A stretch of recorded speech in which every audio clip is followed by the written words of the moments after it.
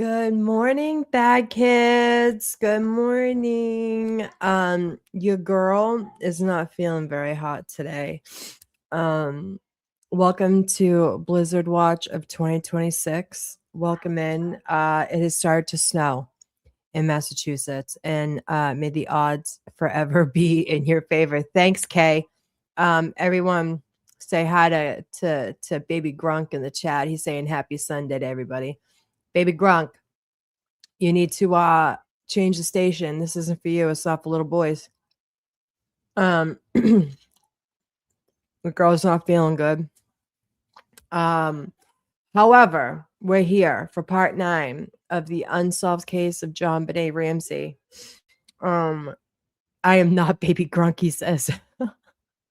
I am not baby Grunk. Good morning, Wayne. Yeah, I am around cooties a lot more than I'd like lately, and the vid and the flu is all around me all the time. And last night I was gonna come on, and I was like, no, you know what? I'm good. Kate, hold on one second. Baby Grunk's out of control. Hold on.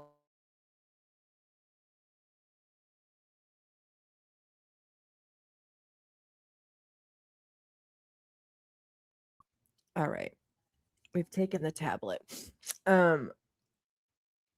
Yeah, so I'm around cooties a lot more than normal. Last night I was feeling real bad. I was feeling real gross. And so I was like, I'm gonna sleep it out. I woke up today, honey, no better. Oh my god. I don't know what I got, but I got all the cooties. All of them. Every cootie. Oh, hey, I was just texting you. Good morning, baby. Kaden. Yes, smash the like. Welcome in. Welcome in. Good morning. Happy Sunday. I'm gonna stop complaining about my health here. We are here for part 9 of the unsolved case of JonBenet Ramsey. We are gonna get further into the sorry, I'm distracted. We are going to get further into the Zell brothers interview with J is for Justice. We have had 9 parts so far. I want to continue. So, yeah. Good morning, Wayne. Good baby Grunk. I'm not baby Grunk. I have cooties too. Yeah, girl. Hey, the kids are a breeding ground for them, but worse is the adults with the cooties. All right, when we tell people wear your mask up over your nose, do you know what these fuckers do? They wear their mask, and as they're hacking, they pull the mask down and don't cover their mouth. Make it make sense. Hold on, Nick. I'm not sure how long I am going to be able to go today. Hold on. Oh, for crying out loud. Hold on, honey. Uh-oh. Hold on here. Una momento, please.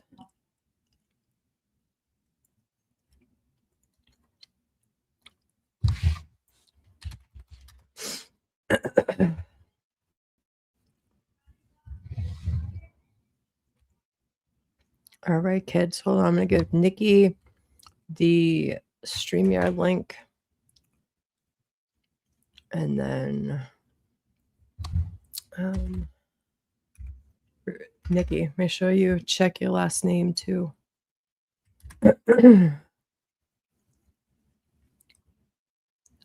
Oh, hold on. What the fuck? Kids, I'm getting it together, I promise. How is everybody? Is everyone ready for the blizzard of 2026? They've been hyping this blizzard up all week, kids. If we don't get 25 inches of snow, and be pissed. Hey, Styling. It's good to see you, baby. Oh my God. Show your face, Mom. I got a higher education monster truck. He certainly did. Hi, hey, work wife. It's good to see you, babe. Styling, it's always a treat. I don't want to start. Well, I know that Kung Fu Kaden. Hold on, I really gotta get him. Nikki, I'm pulling you up, but I gotta go get Kung Fu Panda off the off the program before we start. Yeah, he's being fresh. Wicked fresh. Hold on, I'll be right back.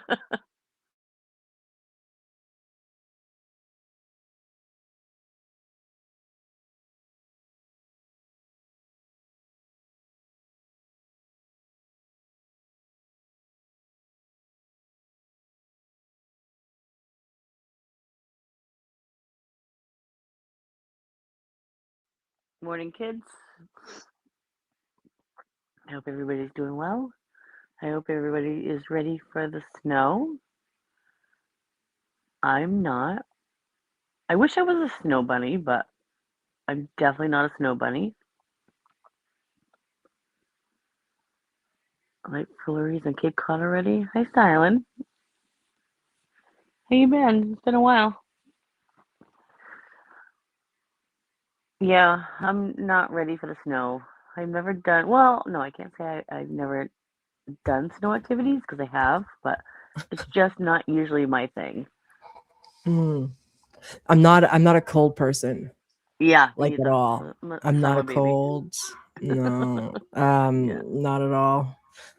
I can't get down with it. Although, like, I mean, we can drive in it, right? Like, we can get around in said snow, but, like, who Yeah. wants 2 feet of snow Nobody, in yeah, nobody 24 wants hours? that. Nobody. Nobody, Nobody ain't, wants ain't that. nobody got time for that. No one got time for that unless you're a skier with too much Right. time on your Or a hands. Yeah. snowmobiler, and I don't own either, so. Right, right, right. I like my limbs, and I Yeah. don't need a snowmobile. I don't live Yeah. in backwoods Maine, right? I like just Um, warmth and, yeah. I used to go snowmobiling with my ex, but not no more. yeah, I'm a summer person. Hold on. Yeah, same. But I too am feeling under the weather, so aim to Oh, whatever you you want to are? do. Yeah, I just got Yeah. a cold coming. Oh, it's terrible. So, I have some soup to make. We pulled out baby Grunk's sled and snowball maker, but this kind of goes on the backs of mom's not a real big cold person, right? This yeah. kids could care less. Right. I care. Right. I care. Yeah. Yeah, we're not feeling all right. So let's get into it. Let's get into it. They're gonna continue Yeah, we the got the ickies. yeah, Icky we Nicky. got the Yeah, the we ickies. got the icky dickies. Blech. Yeah, Um the icky nickies. Wicked. You know what? Every time I think of getting a cold, do you remember those commercials with like the gingivitis bugs and they're green and they're talking and they're Oh like, yeah, oh, do you know what I'm talking? the Mucinex commercials. Yes, yes, Mucinex commercials, and they're like Yeah. these big fat cooties, and they're like, "I'm gonna get her," and they're like attacking the sinuses. That's how I feel. I feel all the gobbler attacks. Oh Ugh. god, yeah. Yep. All right. Good So morning. I Happy Sunday talk this happy morning. Sunday. Oh shit. We're professionals here. It's fine. Yeah. Yep. It's fine. Sorry, Everything's sorry, fine. sorry, kids. Sorry. Yeah. Yeah. All right. Let's oh shit, I closed out. Oh god. You open the YouTubes. I just had it up, but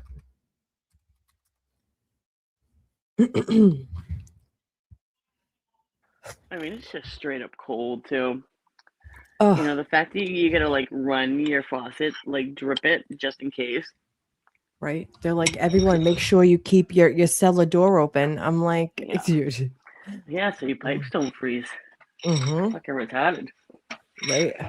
I pulled out the lanterns, like just in case we lose power, and that would suck, right? For anybody. And no one should lose power when it's this cold. I mean, No. it's dangerous. Yeah. Yeah, if your pipes freeze, you're fucked. Yeah. All right. Pull this up. I haven't talked to Frank. I don't know what he's doing. I think that he's probably working. Let me text real I quick. sent him a link with you. Yeah, I think he's probably I working. don't know. Yeah, probably it is what it is. Oh, he's It's at a so, it's phone. so I played last week's back, and there was at points where I didn't know if he was actually talking or if it was Correct. the So it was program. funny. It was funny because I went to go answer him Mm. on one of the things like to ask, and it was the recorded. So Yeah, I no yeah, longer I did caught that. myself.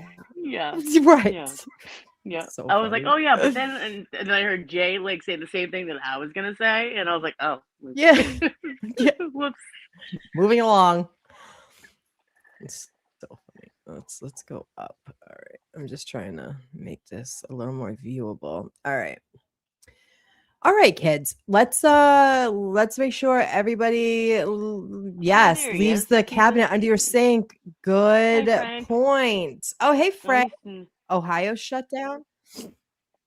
I mean, yeah, it's he's some just shit when Ohio or like the yeah, Minneapolis, the whole, when they shut down, shit's getting real, yeah. My brother's like, South Carolina shut down for school on Monday. They Oh haven't even God, gotten yeah, an ice storm yet, you know? yeah. Uh, yeah, be safe, Frank. Seriously. Our snow just started. Is it snowing down the Cape yet, Styling? They're supposed to get hit too, surprisingly enough. We haven't gotten really hit with snow since for 5 years. Yeah. I mean, I don't remember the ice storm in Western Mass years ago, and the whole area got shut down Oh for God, I weeks? remember that. Yeah, that was Oh, that was terrible. years ago. Yeah, That was years over ago. over 10. Yeah. Oh God, that was when I was with my probably Mhm. yeah 17, 15 years ago. Yeah, it was. I mean, That but that was that bad. ice storm Weeks. for the Mhm. week. Yeah. Yeah. Yeah. No power, no water, no nothing, no running sewage, the Yeah. toilets, nothing. Um, all Yeah, I right. remember because somehow my I had a fish tank, like a big fish tank with Oscars in it, Uh-huh. and Oh, I love Oscars. yeah, but the Filthy, water, grumpy because old men. I don't know how it happened, but the water ended up coming out of the fish tank. I think it was through the Jesus. tubing. Oh, it was wild, Uh-huh. yeah. And I had to put them in drywall buckets and bring them, yeah, to heat them Those are up. pretty big fish. They can get Oh big. yeah, mine were huge. Yeah. I had two of them. Yeah, Oh I my god, had I love three. those. Yeah, one was an albino, one was the tiger one. Very cool. Yeah. All right, let's go. Frank, if you're around and you want to pop up, I sent you a link on your email, honey. No pressure. No pressure. All right, guys. Yeah, Let's we're a continue. little So this slow out of the gate this morning, so don't expect yeah. miracles, okay, Frank? Yeah, let's not expect much for today, Yeah. kids. Let's just listen. Yeah, it's one of those Sundays. Yeah. Expectation low Sunday. Yeah. Yeah. All Yeah. Low expectation Sunday. Yeah. right. We're here. Yeah. We showed up. That's how I've ran most of my life. Hey, but I showed up. Oh, All right. yeah, but I'm here. That's all that matters. Yeah. Right. All right, let's go. Let me know you guys can hear it. 5 years early, 4 years earlier, maybe your killer was involved in the ballot case. It was a sex torture. It was a torture sex ring. They tortured kids. And I think probably would be now to bring up Christopher Anderson. Yeah, the Christopher Anderson story. But the thing is, how come the media how come we tell this story in 2024 and nobody's ever heard of it? A lot. When it happened 4 years before the murder of JonBenet. Right. Why wasn't that big news? Exactly. It wasn't. And there was one officer that we got in touch with in the case. And this guy, he was triggered. We're talking years and years and years after this case that we get in touch with him. And I mentioned this case. This guy starts freaking out on me, cursing me up and down how, I'm traumatized about this case.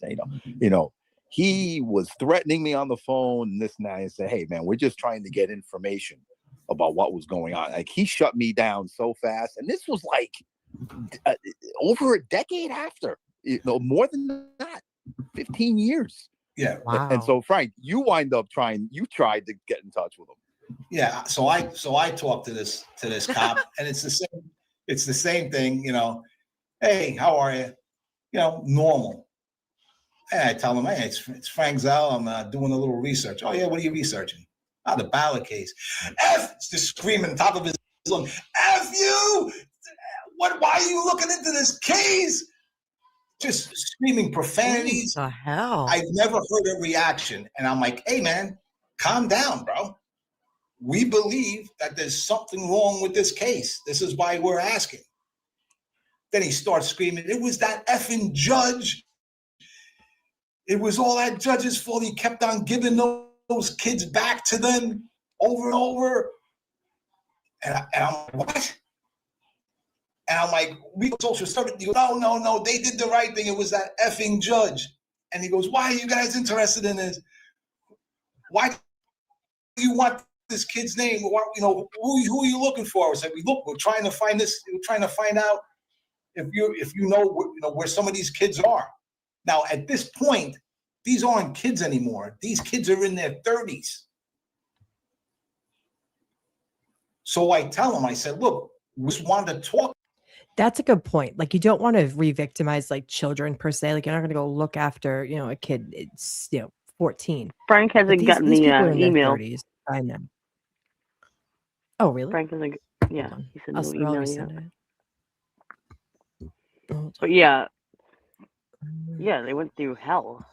But these kids, they're in their 30s, right? They're and like me. Let them choose if they wanna say spill it. That's my opinion. I'm gonna send it to them. Talk to them to try to find out additional information because it says in the affidavit that there were other people involved. And what this cop said to me, I'll never forget it because, man, my chin hit the floor. I said, we're just trying to help. And he said, how do I know that you two aren't pedophiles and that you're looking to shut him up? What? What? And I said, but you're talking 20 years after the fact. And that was his statement. Holy. That he thought that we were, how do I know? Why would I tell you anything about any of the victims in case you guys were pedophiles looking to shut them up? Wow. So who the hell were these kids being pimped out to make this guy act that way? Traumatized by it. Now. Hi, Elder. I forgot where I was going to go with the judge. Oh, the judge. Yeah, good call, Jim. So the judge, I find out that the judge in this case is Judge Bellapani. He was the one that, for whatever reason, kept on giving these kids back to the parents. Even though they showed signs of abuse, gangrene, as my brother mentioned, gangrene, just terrible injuries. Anybody want to take a... I just want to put it out there too that like gangrene doesn't happen overnight, kids. That is prolonged open wound exposure. That's disgusting. Those poor kids. Like if you put it into perspective, that these kids, it was not a one and done. That is prolonged exposure with open wounds and so on and so forth. Use your imagination. That is horrific. And there's people covering for these people. Just keep that in mind as we're listening to this whole thing. These people were being covered for. Yeah, this is a type of by horror. officials. Yeah, they went through. Yeah, like when you see those House of Horrors, spiels on law and crime and this and that. Oh, House of Horror. How there was a House of Horror. That really was like right near my old apartment. And the Blackstone House of Horrors, remember that? And there was like dead little, hundreds of them. Yeah. Oh my God. Hey, Frank. Is this? Good morning, Frank. I don't know if my mic is working or not. It's very. We can hear you. Yeah, but it's very. Say something. It's breaking up. Yeah, it's A little breaking bit. up. Yeah. All right, let me try something else here. Let me try You deleting. sound good now. Now it's better? Yeah. Okay. We'll leave it as is. Yes, You're a little good. far away, but it's better. Yeah. All right. You guys getting a lot of snow? Yeah, I mean, that's what they yeah. say. Yeah. Oh, it hasn't really Like- started for you guys yet, right? No. It just started like where I am. They say we're going to get 25 inches, but like anything after like 10, 15 inches, does it even matter? Right? Right. You're still buried in. Right. Doesn't What's even another matter. 5 or 10? What's another foot? Yeah. Yeah. What's I another guess, yeah. It's coming down here in Ohio. It's been doing this since yesterday, so get ready. Yeah. Oh, God. Yeah. Like I was Frank had a saying, snow party last night. Did you? Oh, a blizzard party. these- I like these your people- style. These people in Ohio, they're crazy. It's like, anything like 10 inches is a lot for them here. Yeah, Oh, that's really? crazy. Like, they don't get a lot of snow here. They get a lot of ice. Okay. So this is a big one for them. This may set records. So I don't know why I automatically assume that Ohio is like a snowy state, like Minnesota or I don't know. I apparently don't know my geography. well, I mean, I don't leave Massachusetts very often. like I'm gonna miss like the nor'easters, like forming off the coast and moving up. But yeah, I have to get used to it all. It comes from like you get it from the south here, you get it from Canada here, Clippers. That's weird. Yeah. Yeah. Anyway. We actually haven't had snow like this in many years, so it'll be interesting. It'll be interesting. Well, Wish we all you Yeah, can do- since around the Karen Reed trial, right? That's right. Wasn't that Since the last then. big one? Yeah. Yeah, since 2021. January. Yeah, 2022. Yeah. 2022. around My bad. Yeah. How much snow did you girls get in 2015? Remember that snowstorm about 10 years ago? Oh, we had like 4 feet. Like total, not all at once. We got like 2 or 3 feet at a time, but we were buried. Yeah, same thing in with me. snow. Yeah. Yeah. 2.5 feet we got. It was crazy. Yeah. Yeah. Yep. Crazy. All right. Still let's not the keep blizzard going. of 78, though. I'll tell you that. Oh no. I still remember that. I was a kid. That was crazy. Yeah. I've heard stories of that. People just ditching their cars on 93. Yeah. They're like, I'll just walk. It's fine. This will be Yeah, on easier. 93, just up and leaving their cars. Yeah. Yeah. I mean, it came down fast and furious back then. We've had a couple but nothing like this in a while. Hopefully they're lying. I like when they overestimate and then we get nothing and you're like, oh, what was this for? I pulled out the snowball maker for what? What is this? How? Whatever. Well, they're pretty much on the money so far. They said we were going to get probably at least a foot, and I think they're right on the money. We'll probably get more than that. So whatever they're saying this morning for you, you're probably going to get 25 inches. Yeah.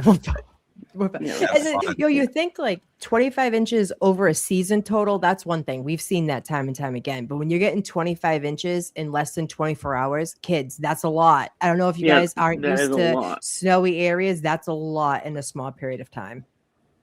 Yeah. Yeah. We have a snowball maker. Santa brought it. Okay. Let's keep going, kids.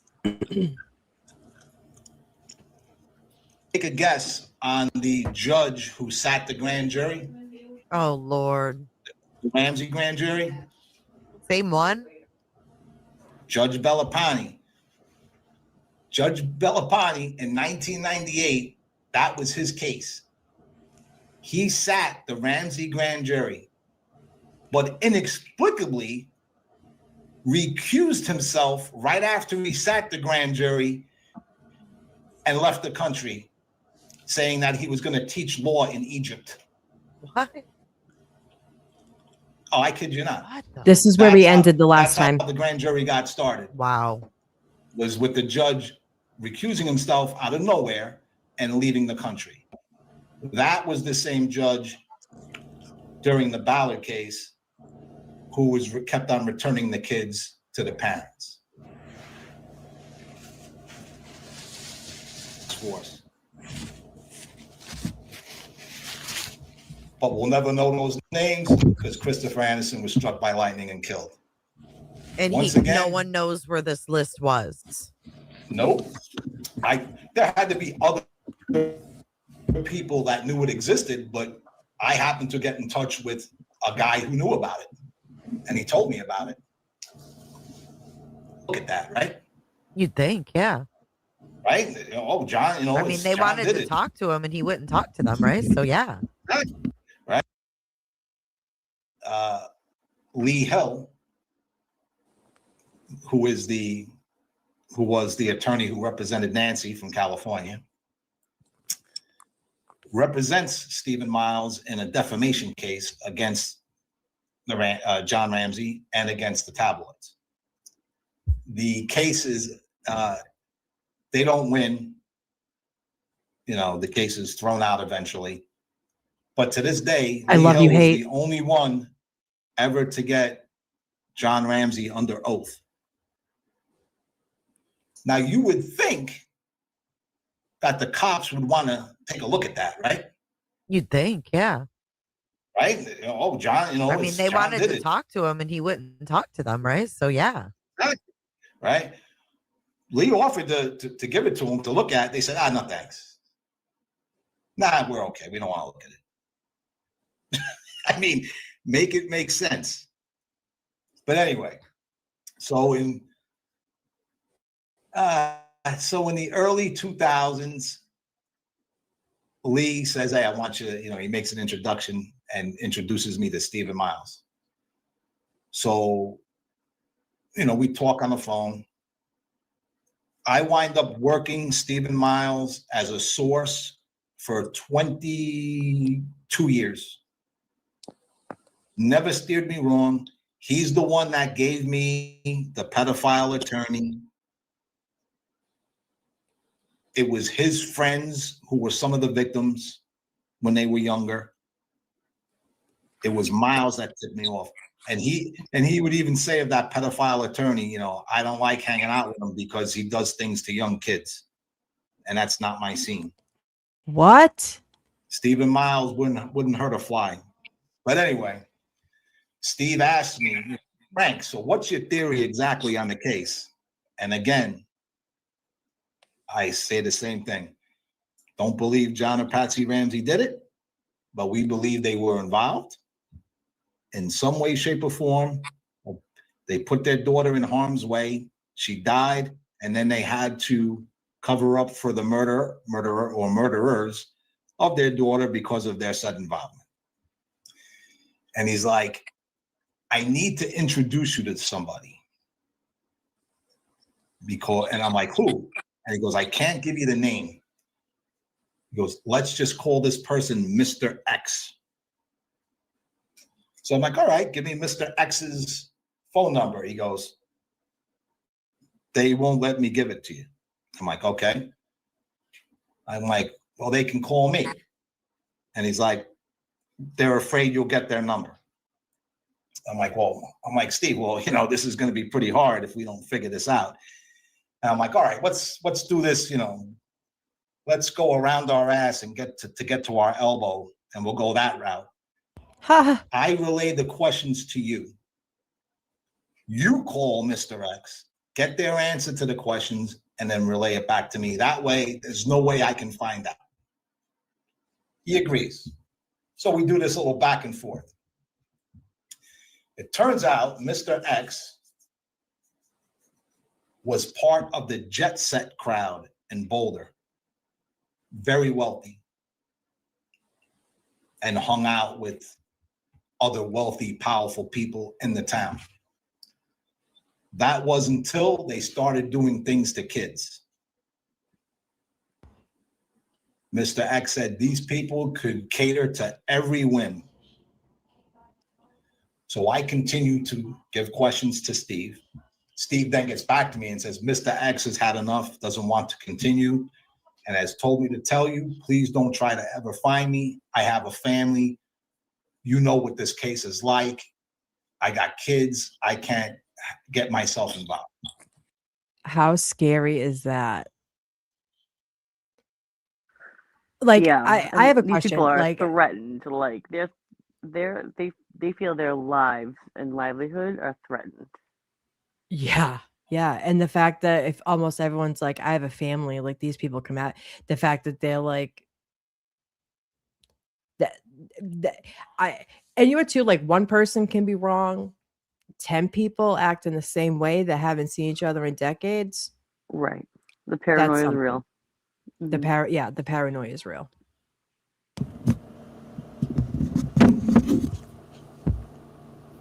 And I'm like, Frank? all right. You're echoing, Frank. Oh, I'm sorry. I wasn't. You're good, Frank. Trust us. You're good. Yeah, you're You're good. in good company here.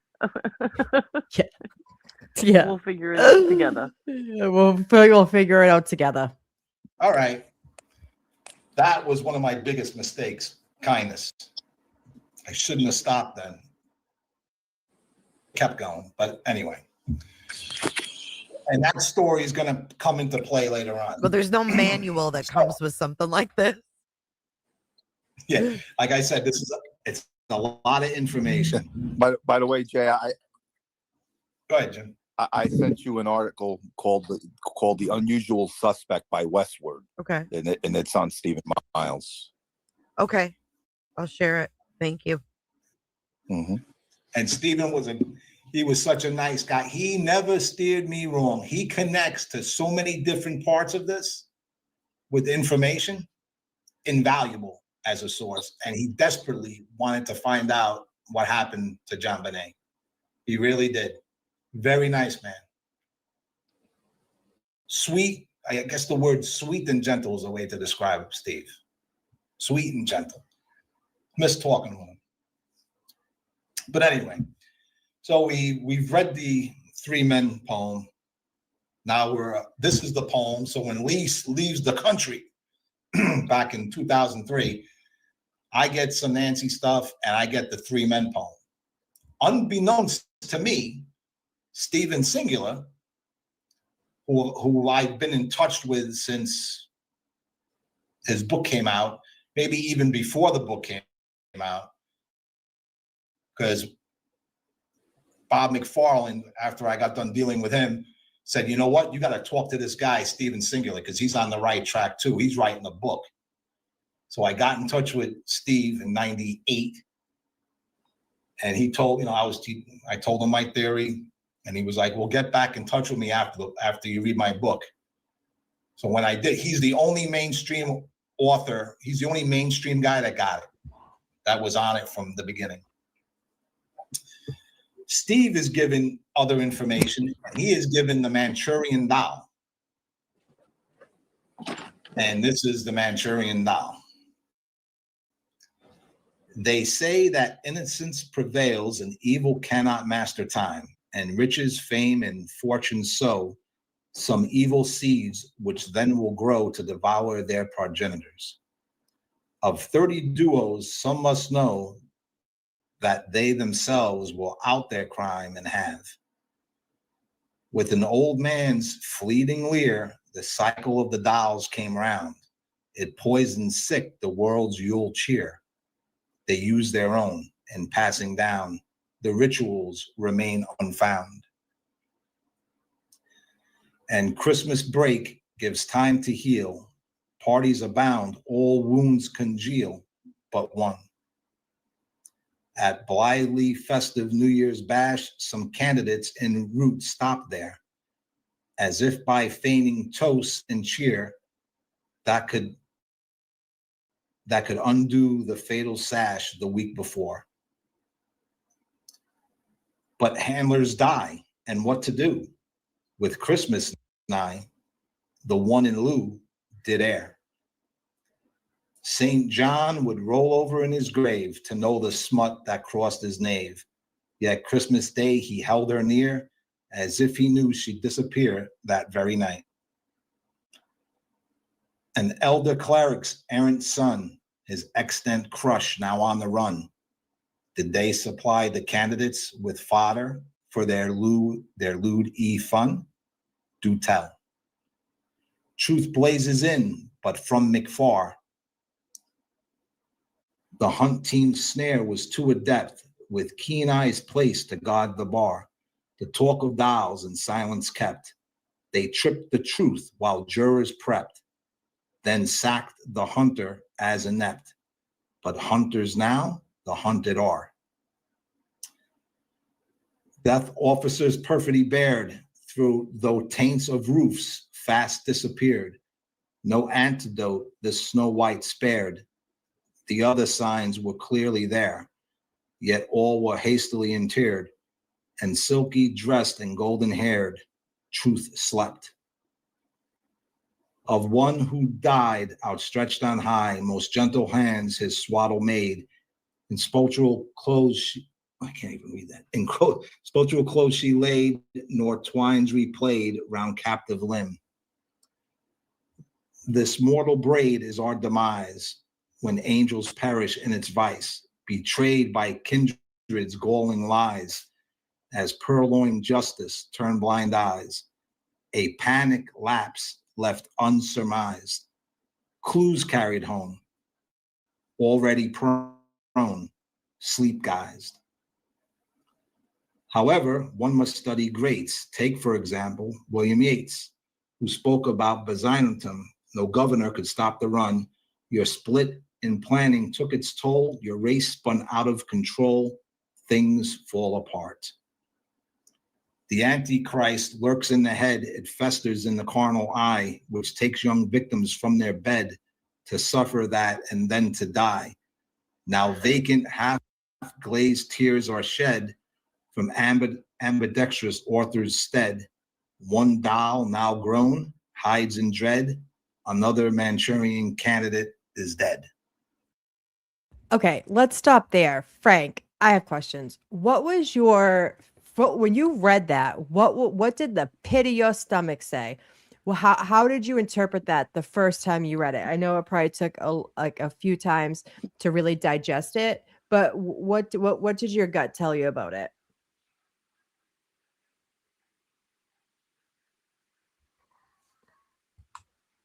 Is Frank here still? I don't know. Is he on mute? I have the trigger warning thing. How about There now? he is. Yeah, good. Yeah. Okay. It's echoey, but Why is it? How about now? Still yeah. echoing? No. Okay. That's better. Maybe I'm too close to it. All right. So I got the Three Men poem in like 2003. Lee, before he left the country, gave Stephen Singular the Manchurian Doll. Now, we weren't working together. They're their own brand. They're mainstream. They write all the books. They've written about 20 books, the Singulars, and they do other things, other projects. But we would occasionally bump into each other while working on similar things with the case. So for a few years, we both assumed we had the same poem. So there was really no need to discuss it. You know, when I asked Steve, I'm like, hey, did Lee send you stuff? He's like, yeah. Did he send you Nancy stuff? What stuff? And it was the same stuff I had. So I said, did he send you a poem? He's like, yeah. And I'm like, oh, yeah, okay. So we never really discussed it. We just assumed we both had the same one. And it was around 2008, 2009 when I called Steve and I said, hey, man, so what about this name in the poem? And he's like, what name? My poem doesn't have names. I'm like, I'm like, do you have a different poem? I'm like, mine doesn't have a title. What does yours have? He goes, oh, I have the Manchurian Doll. And I'm like, oh, no. I said, you have a separate poem. So then he sent it to me. And then, you know, because I had been working on the Three Men poem. So it wasn't shocking. I didn't find it to be a shocking poem. Mm-hmm. But because it's more speculative in nature to me, where with a Three Men poem that I received is mentioning names and events that have occurred, right, separate to the murder. You gotta wonder if there's more poems out there. Right.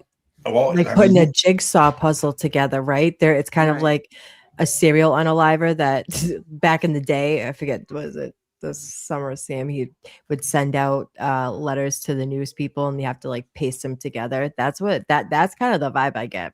I don't know if it's true, but there are parts of the Manchurian Doll that connect to the Three Men poem, especially the first couple of stanzas. Once you read them over and over, you can see it. It's like, it's almost in the Manchurian Doll is almost like a part 2 in certain sections to the Three Men poem. Like the Three Men poem is breaking down a scandal within the church. Right. And then there's a continuation in parts in the Manchurian Doll. For example, 30 duos, some would know that they will out their crime and halved. That's not the Ramsey party on the 23rd they're talking about. right. That's not the Fleet White party, because 30 duos is how many people? 30 times 2 is 60. There's only one party that had 60 people in attendance or close to it, and that was the party that's never talked about. That's the Foyer party at the Ramsey house on the 13th. Oh, Right. wow. So Interesting. So they're saying somebody or people in there have outed their crime, but what crime are they referring to? Right. It took place 2 weeks before the murder. So it's probably what happened, what was going on in the church. Yeah.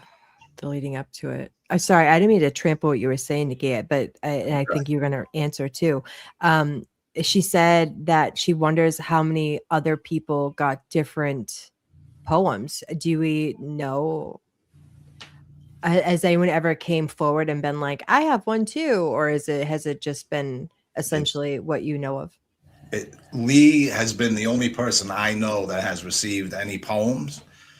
I got one, Steve got the other. I have heard of no other poems. And these poems were kept secret from the public until, so let's see, I got mine in 2003. So did Steve had his in 2003. We kept everything on the wraps. And then when Ali died, all his case file information that he had got sent to John Ramsey. And then next thing you know, the poems all of a sudden appear online. Wow. So I'm not saying John did it, but Right. Right. No. John may have given the information to other people and they put it online. Right. So this is still, most of the people that follow Ramsey don't even know about the poems to this, right now, because it's still. Yeah, I've never heard of it until you, Frank. Yeah, I never heard of it until now too. I mean, a lot of the things that I've heard about this case, I didn't know at face value that I've been slopping up all these years, right? Right. You hear that what the narrative is out there. Yeah. Yeah. Did we discuss, since we're on the poems, I mean, this is the Manchurian Doll, but the Three Men poem, because it touches on Steve Thomas, Linda Arndt, and what happened to them. And then, of course, what happened to Detective Whitson. I think that we touch on that? one of the recordings, we played it, but if you want to go ahead and read it, because we just did a minute. Yeah. Okay, just give me a second so I can real fast. That way, if we can have them kind of on the same stream. All right, hold on.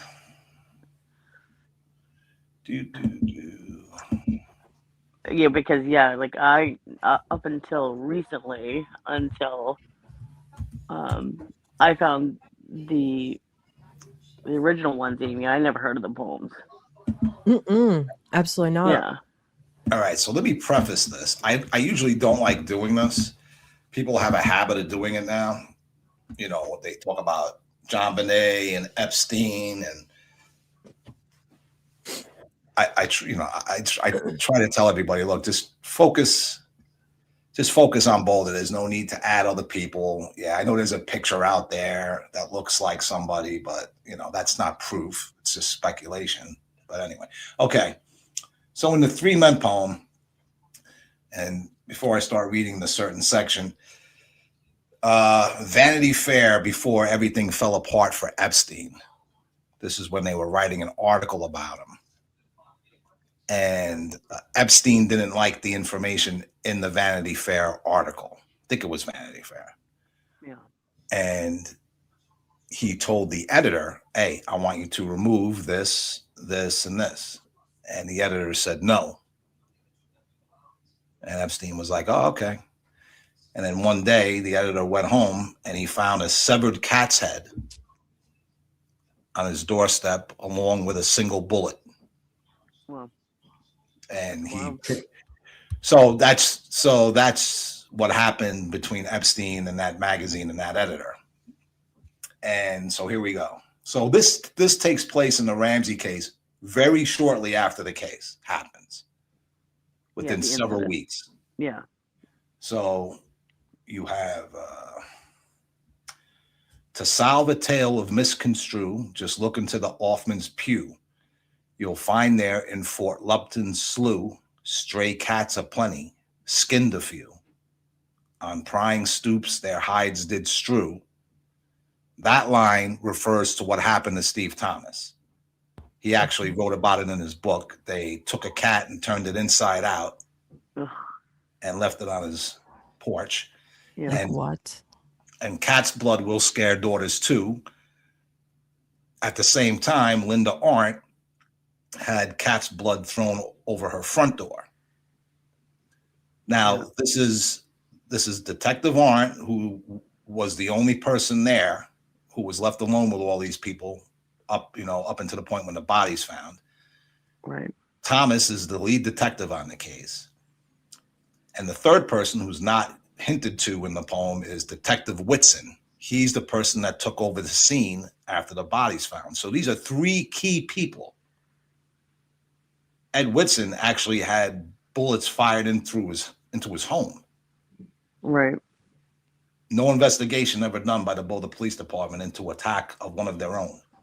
Wow. So why somebody or multiple people decided to try to intimidate those three people? Right. And not many people know about that happened. That happened very early on in the case, and nobody connected it. And I was, me and my brother was screaming like, hey, they're trying to intimidate the cops. Right. Right. The people, quote unquote, on the outside, not on the inside. Yeah. So there's that. So the audacity that these people think they can get away with it too. Clearly they've been getting away with things for a very long time. If you're willing to do that, right. That doesn't come out of nowhere. So in the Manchurian Doll that we just played, how things seem to connect, like there's certain passages that connect to the Three Men poem. There's a couple, and just pull it up. Okay, so an elder cleric's errant son, his extant crush now on the run, did they supply the candidates with fodder for their lewd fun? I can't go too much into it, but that refers to St. John's. That's a St. John's reference. Okay. Now, I don't know if we went into detail what happened at the church yet, because we've done several of these. I'm starting to forget what the hell we talked about. But we did. So the first time you and I spoke, we kind of went into it a little bit further than we have in other ones. Yeah. So the first time you and I spoke, we did. Yeah. So the pedophile that they found the pornography at the church is paid off. Right? Yeah. Paid, yeah. That line. So the elder cleric's errant son, it's who brought that pedophile into that church? That's the question, right? Right. An elder cleric's errant son. When this was written, they're not referring to Hoverstock. They're referring to another priest. Right. Most likely the priest that was the lead priest before Hoverstock that retired early. The predecessor or whatever. Correct. Yeah. So what the poem is saying is that priest's son had some kind of crush on our pedophile that got caught with the pornography in 99. So that's a connection. That's like a part 2 of the stanzas in the Three Men poem. I know this is a lot because if you're not familiar with the poems, it just sounds like gibberish. But once you're very familiar with it and you know them pretty much like the back of your it makes sense. Yeah. You'll see it. But Anders just said it was an elder clerk's son. No, elder cleric. Oh, elder cleric. Thank you. Not an elder clerk. That's how I read it. An elder cleric's son. Okay. Thank you. Yeah, it was Macy in accounting. The clerk. Yeah. Oh my God. So funny. Not really. So hold on. That's who it was. This is what the writer of the Manchurian Doll poem. Yeah, the poem says. Yeah. Okay. Yeah. And did they supply candidates with fodder for their lewd e-fun? So e-fun, you're talking about computers. Right. Just be careful what you say, Frank. I just want you to, which I know you know, but. Yeah. So just to give you, I don't know if we talked about Wonderland and Orchid. Yeah, we touched on that briefly right. on one of the, if you want to just quickly go over them. But Ames, remember we talked about these? Yeah. Yes. Just so everybody knows too, if you guys have not seen, this is part 9. We have done this case every Sunday for 9 parts so far. This week, part 9. So if you guys haven't gone back, we've had Frank on panel several times, and we kind of break down a lot of these things. So some of it is kind of rehashing things, other things will be new. But we have a playlist of all of this. So if you guys want to go back and listen to it, this is kind of more going over things. So the lewd fun, referring to computers or stuff being put online, or what most likely it means is something similar to what happened in Oregon and Northern California in around the same time frame, 95. You had a group of people, they were using each other's kids, neighbors' kids, and they were molesting them, but they were putting it on the internet in live time so people from around the country could view it, could view the abuse. And the people from around the country could put their orders in, so to speak. They could pay money and say, hey, type it in, do this to the child. And then they could watch their orders be fulfilled. So gross. Orchid was broken up by the FBI. They were arrested. And then one of the members that was involved with Orchid gave up information about a much worse club, which was called Wonderland. And that was a big one. That was a real bad one. Real bad. But that's just the context to know that, when they talk about lewd fun, it's most likely referring to something pretty much like Orchid or Wonderland. Okay. Anyway. Okay.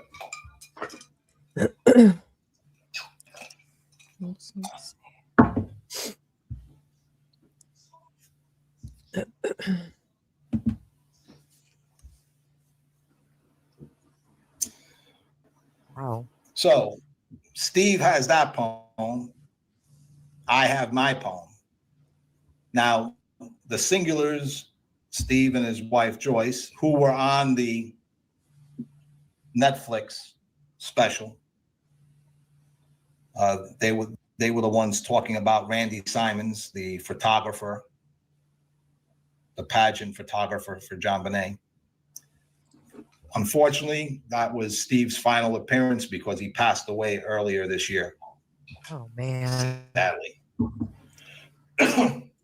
But so Lee gives me this, the Three Men poem. Steve's got this poem. So for about 5 years, since we're not working together on the case, we were like The Singulars were their own brand, and me and my brother or something that different. We were something different.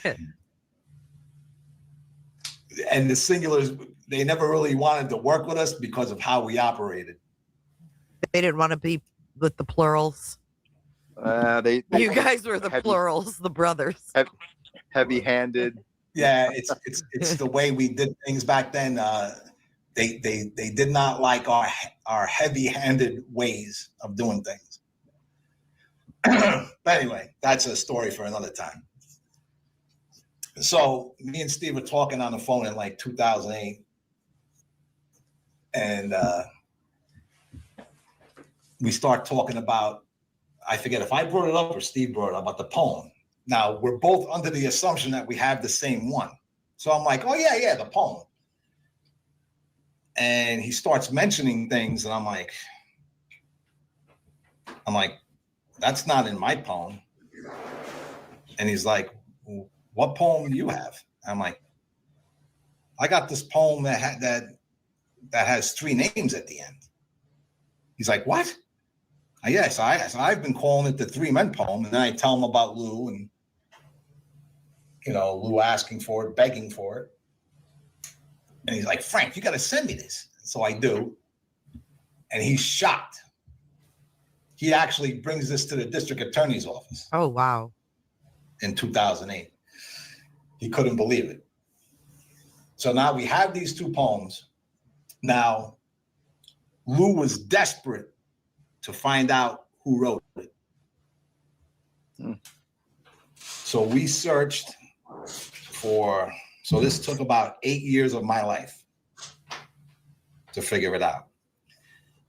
All we had was envelopes. It had a Denver postmark, no return address. I think the return address was for the children. Oh my God. So all the audacity we had to go on was the writer of these poems was from Denver. And me and Lou were trying to figure it out. We did a couple of things. It didn't work out. We set up like a tip line, leaked a little bit of it out, didn't go anywhere. And then Lou's like, Frank, he goes, you might as well forget it. It's impossible to do. We're never going to figure it out. And I said, that's all right, Lou, I understand. I said, if you don't mind, I'm going to continue to look. And he's like, yeah, go ahead. That's fine. So we continue to look. And then once I know Singular has another poem, now I'm working with the Singulars to find out who wrote it. And some point around 2011, I have been working this guy as a source for now about 8 or 9 years. He's been dead on every time. I'm like, I'm not getting anywhere. We're trying to figure this out. Let me go to Stephen Miles, and see if, he has any idea. So I call Steve up. I'm like, hey, Steve, I need a favor from you. I said, do you know anything or have you heard anything about poems? And immediately I knew, because he started stammering. He got all nervous with me, which he never is. And I'm like, Steve, calm down, man. I said, do you know something about it? You know something about poems? And he's like, yes. I'm like, okay. And then I began to explain. I'm like, these are poems that were sent to Lee. I said, are these the poems that we are talking about? And he's like, yes. I said, how do you know about them? And he said, because I'm the one that mailed them. What? He mailed them. Mm-hmm. The person who wrote the poems asked Stephen to do them a favor. and to take a bus to Denver to mail these poems to Lee Hill. Hence the Denver postmark, because they were trying to hide the fact that it came from Boulder. So now I got the deliverer.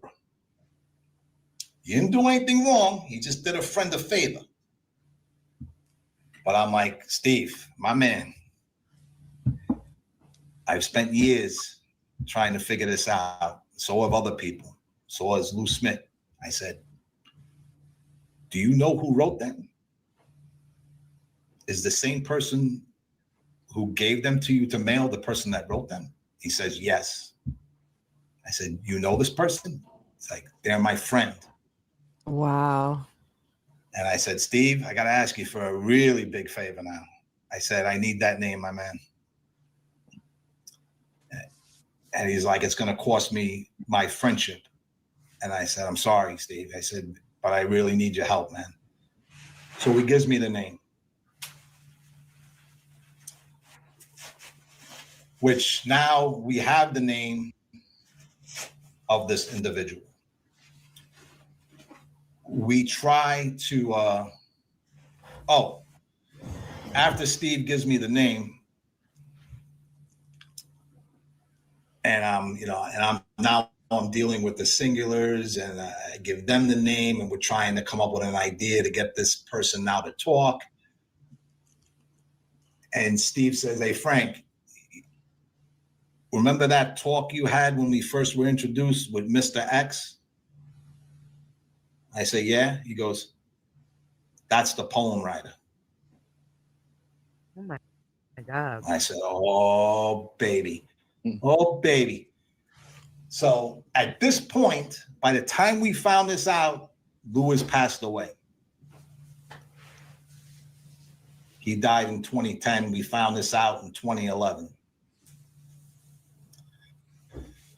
We tried to get this poem writer to speak. It did not go well. I got shut down. Steven got shut down. Matter of fact, he almost had the cops called on him because he actually rang the bell. I told him that wasn't going to work. So I came up with another idea. And I told Steve, I said, look, for this to work, we need to do like shock and awe. We got to stun this person. So I call up Lee Hill in Asia. And I go, Lee, I need a favor. I catch him up with the Stephen Miles telling us who the writer is. And I tell him how we're trying now to get this person to talk. We're not getting any, we can't get anywhere. I said, Lee, I need you to come back to Boulder. I need you to hop on a plane, come back to Boulder, go to this person's house and ring their bell. And I think the shock of seeing you will maybe get them to talk, because they sent the poems out to help originally, because why write the poems? True. You put it in riddle form to disguise yourself, but you were still trying to help. Lee agrees. He comes all the way back from Asia, goes to the person out. The person is so stunned. So the plan works. The person's so stunned, they invite Lee in and they start talking. And Lee actually records some of the conversation. Wow. And he gets this individual to admit to writing the Manchurian Doll. The person does not admit to writing the Three Men poem, but once we knew who they were, the background, the writer gives themselves away in the Three Men poem. But this is after. Wow. All right, we have to stop it for fair use. That's a lot to digest. Want to elaborate a little bit on Nikki, do you have any questions? No, but that's the shock and awe factor is Frank was spot on with that because, when you surprise somebody, like they don't really know what to do. You know what I mean? So they go based on like, it's hard for somebody to try to cover when you get surprised. That's why they always call it the element of surprise. Right. It worked. Yeah. Yeah. It worked. Yeah. But we had no other option. We tried everything else to get that person to talk, and they were just. Yeah, leave it up to you to do the shock and awe factor. Well, and I don't. Someone made it a good point. Like clearly, this person wanted to talk, right? I mean, they wouldn't have like sent those things if they weren't trying to get something off their chest, right? So that was the base. Oh, wow. That was the idea. Like, look, they wrote it to try to help in some way, shape, or form. So just have the guy they sent it to show up on their door and. It worked. Surprise! Yeah. Oh my god! But it did work. It worked. Yeah, but they only admitted to one, correct, Frank? Right, and I think later in the interview with Jay, I'll go on to expound that the reason, because the Manchurian Doll doesn't mention names, right? And the Three Men poem, which is the one they won't cop to writing, mentions names and mentions illegal acts that took place at St. John's that they were part of. So there's culpability that they don't want to be responsible for. Right. So nobody's, look, that person wrote both poems, because if you think it through, so you're telling me two separate people decided to get information in a poem. They're both very good at writing poems, and then both came up with the idea to go have somebody go to Denver and send it to the same person. Two different people had that idea. No, I don't believe in coincidence. Yeah, no. And plus, the person gives themselves away in the Three Men poem. Once you know who the person is, their background, they give themselves away. So crazy. Anyway, so that's where we are there. All right, let's continue. After years of studying in it, as little clues, and once you know the background of the writer, you can see that they wrote that too. But the Manchurian Doll is speculative. Is it freezing? No. Okay. Maybe it's just me. The Three Men poem is accusations about criminal activity in the church and about the murder of JonBenet Ramsey. So now we got the poem writer. I get to interview the poem writer. So does Steve. But eventually, the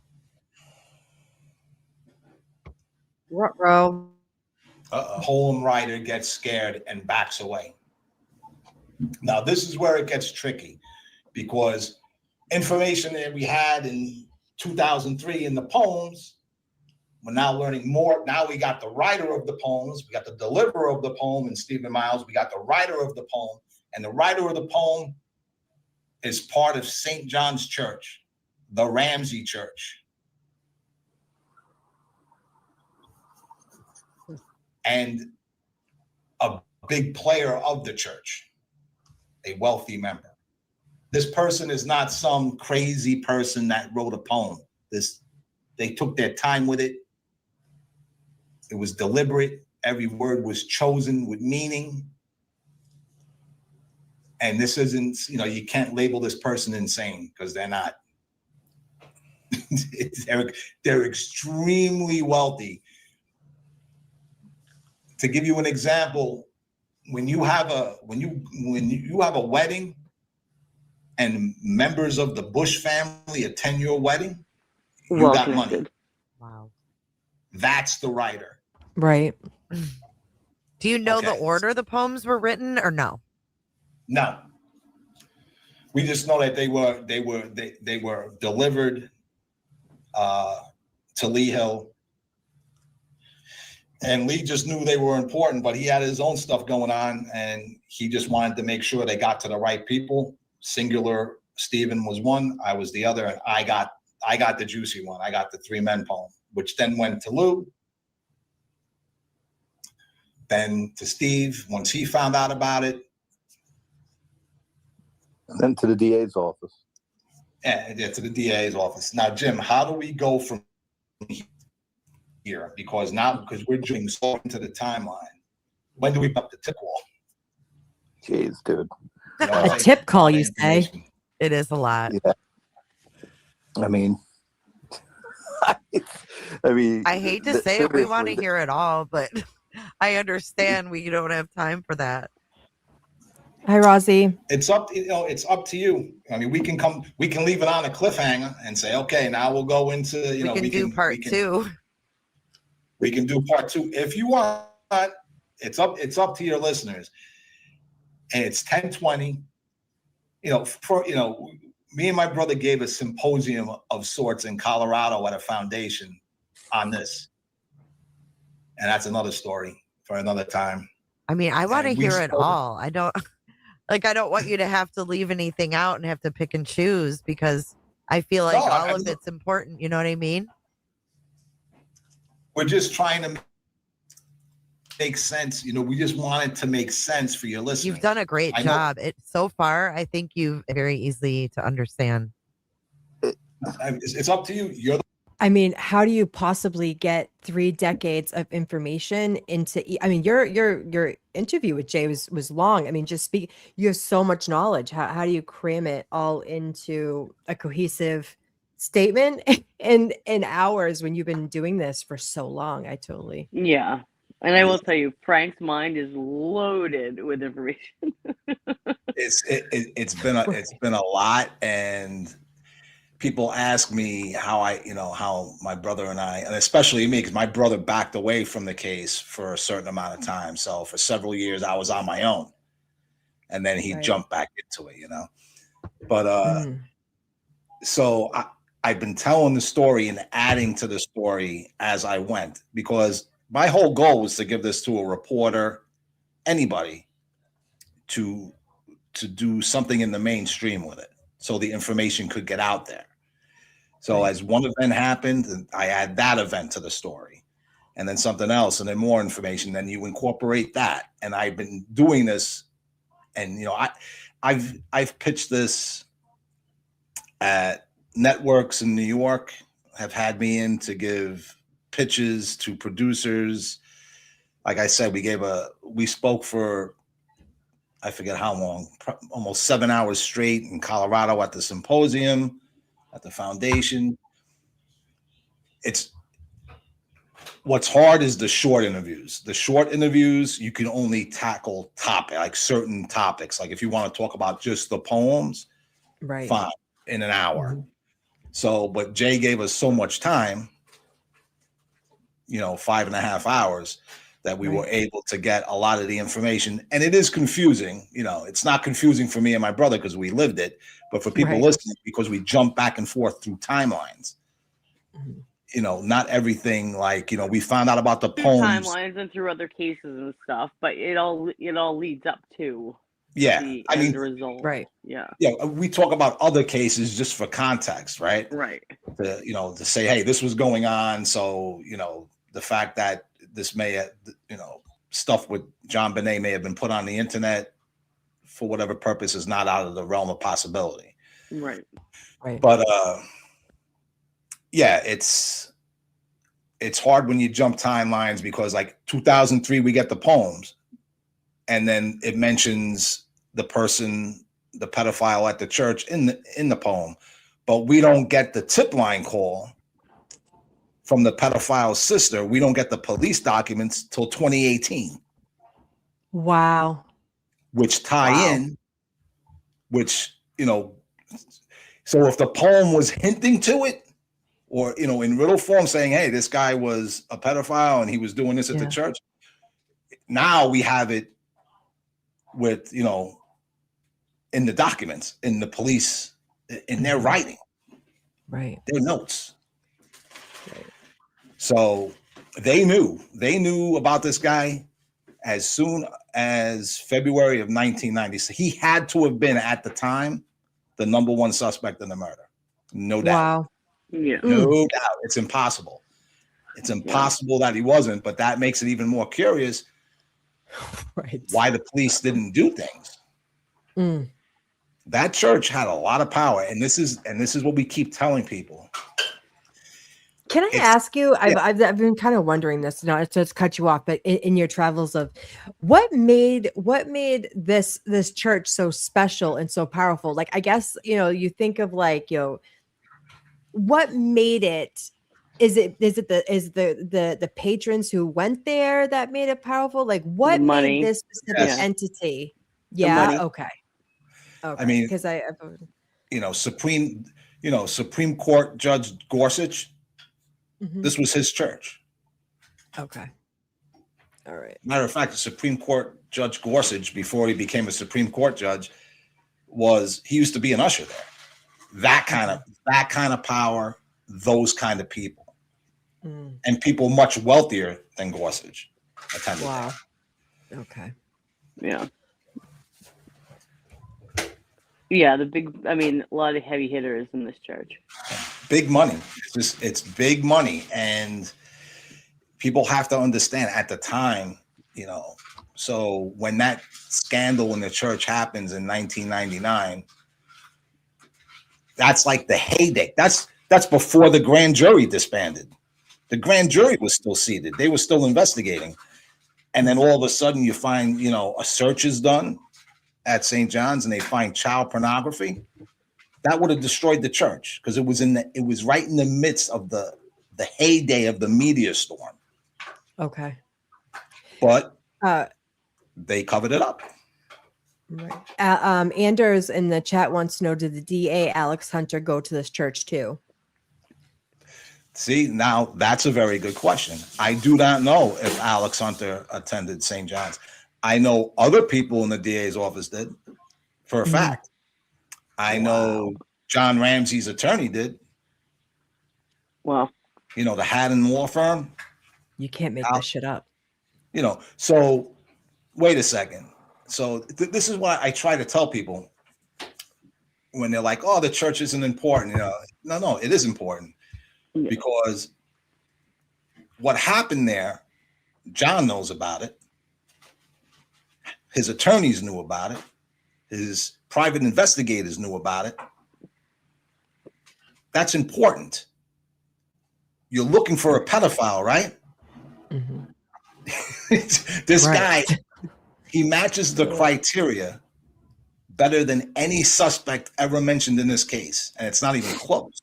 He had to have been the number one suspect early on, and it had to have been, which is why, it's just right, it's something I can't say, but but eventually when we're done with this book, you're going to read the documents, and it hits different than me just saying it. It's people are better with better learners when they visualize visual not, right.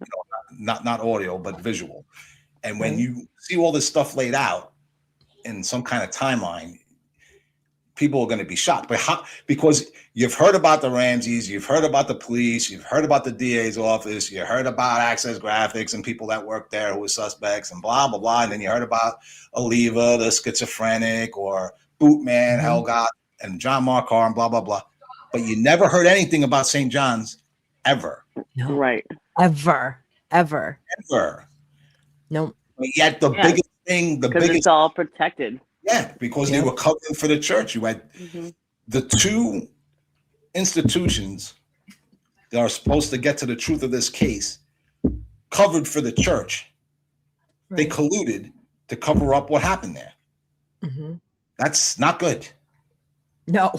And then never mind, the priest who was covering for the pedophile there is John Ramsey's closest confidant. And that's in John Ramsey's own words. Can you imagine? Right. So, it would have blown up the church. It would have destroyed it. And they did whatever they had to do to make sure that search and what happened on that day, Good Friday in 1999, could never make it out to the public.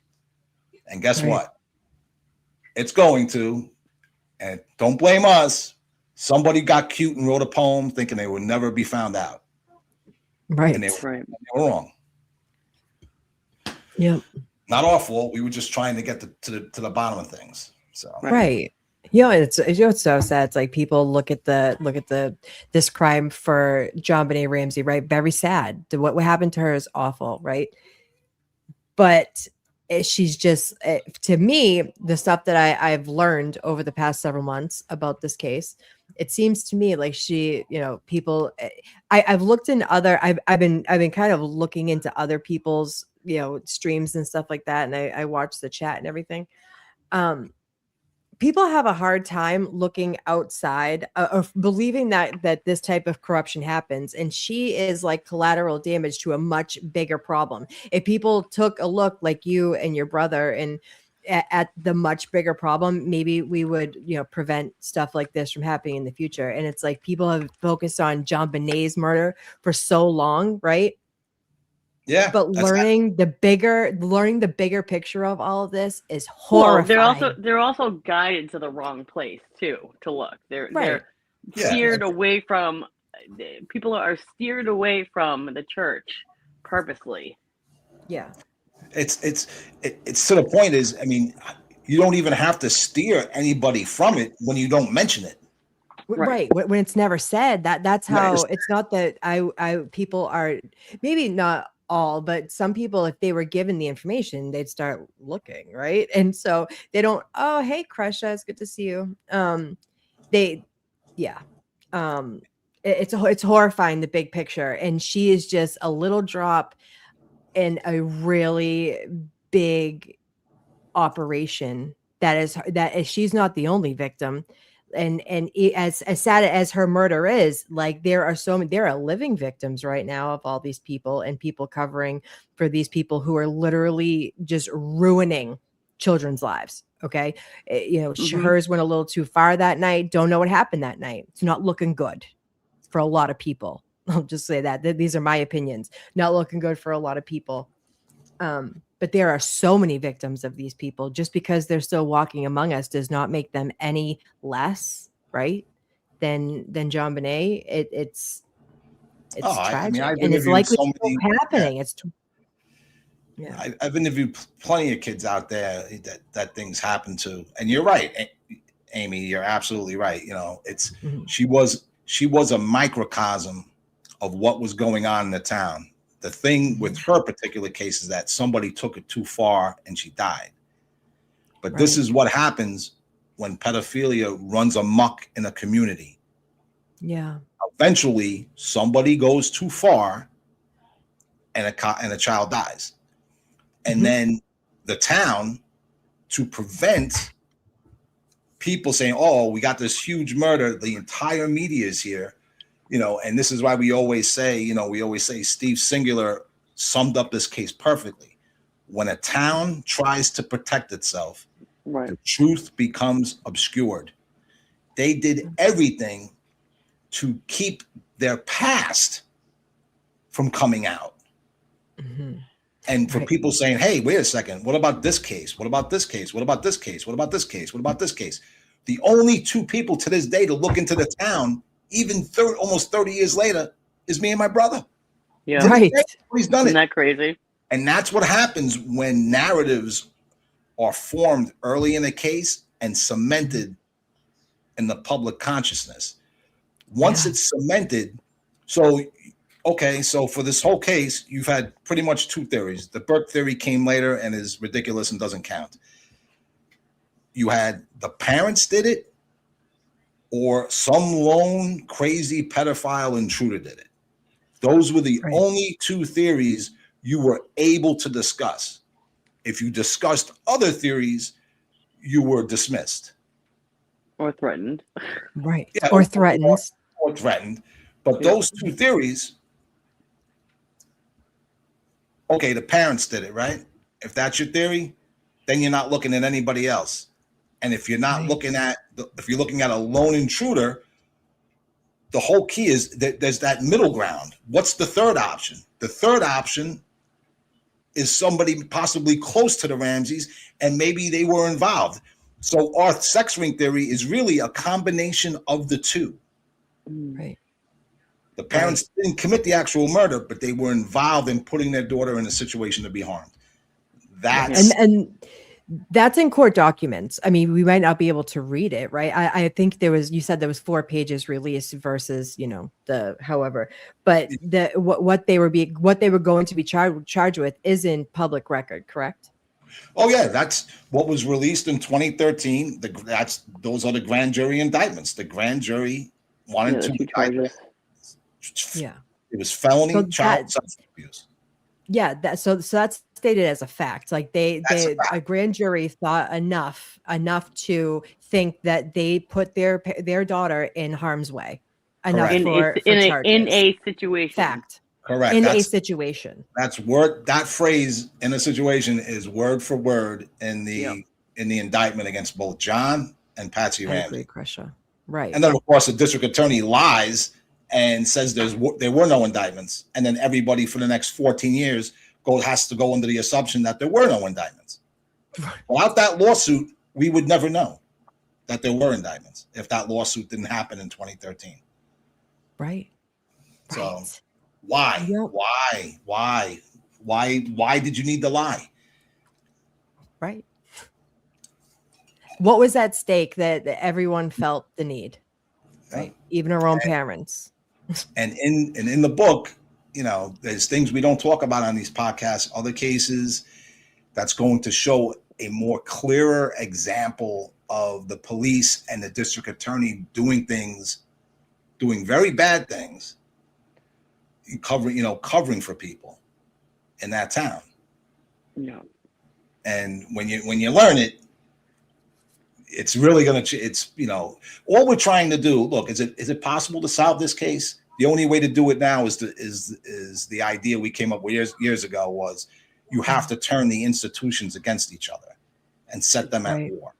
Get somebody to talk. This year, difficult research. This is Kresha. She is a family member. Do you know the Lori Daybell, Lori Vallow case? She's a family member of JJ Vallow. This is Kay Woodcock is her mother.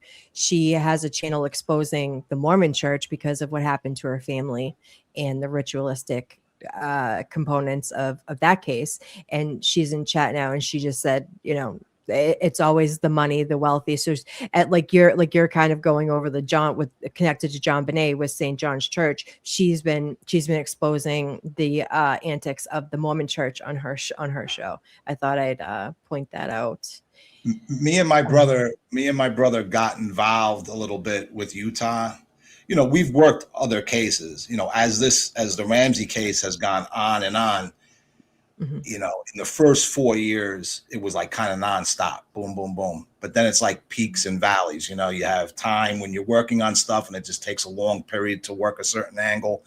Yeah. So you're able to work on other cases. And a few years ago, we started doing work on a case in Utah County. If you think Nancy Krebs' story in the Ramsey case, is this the one that Lauren did? Frank? Yep. Oh, Amy, this is the one. I told you about this quickly. That case is freaking bonkers.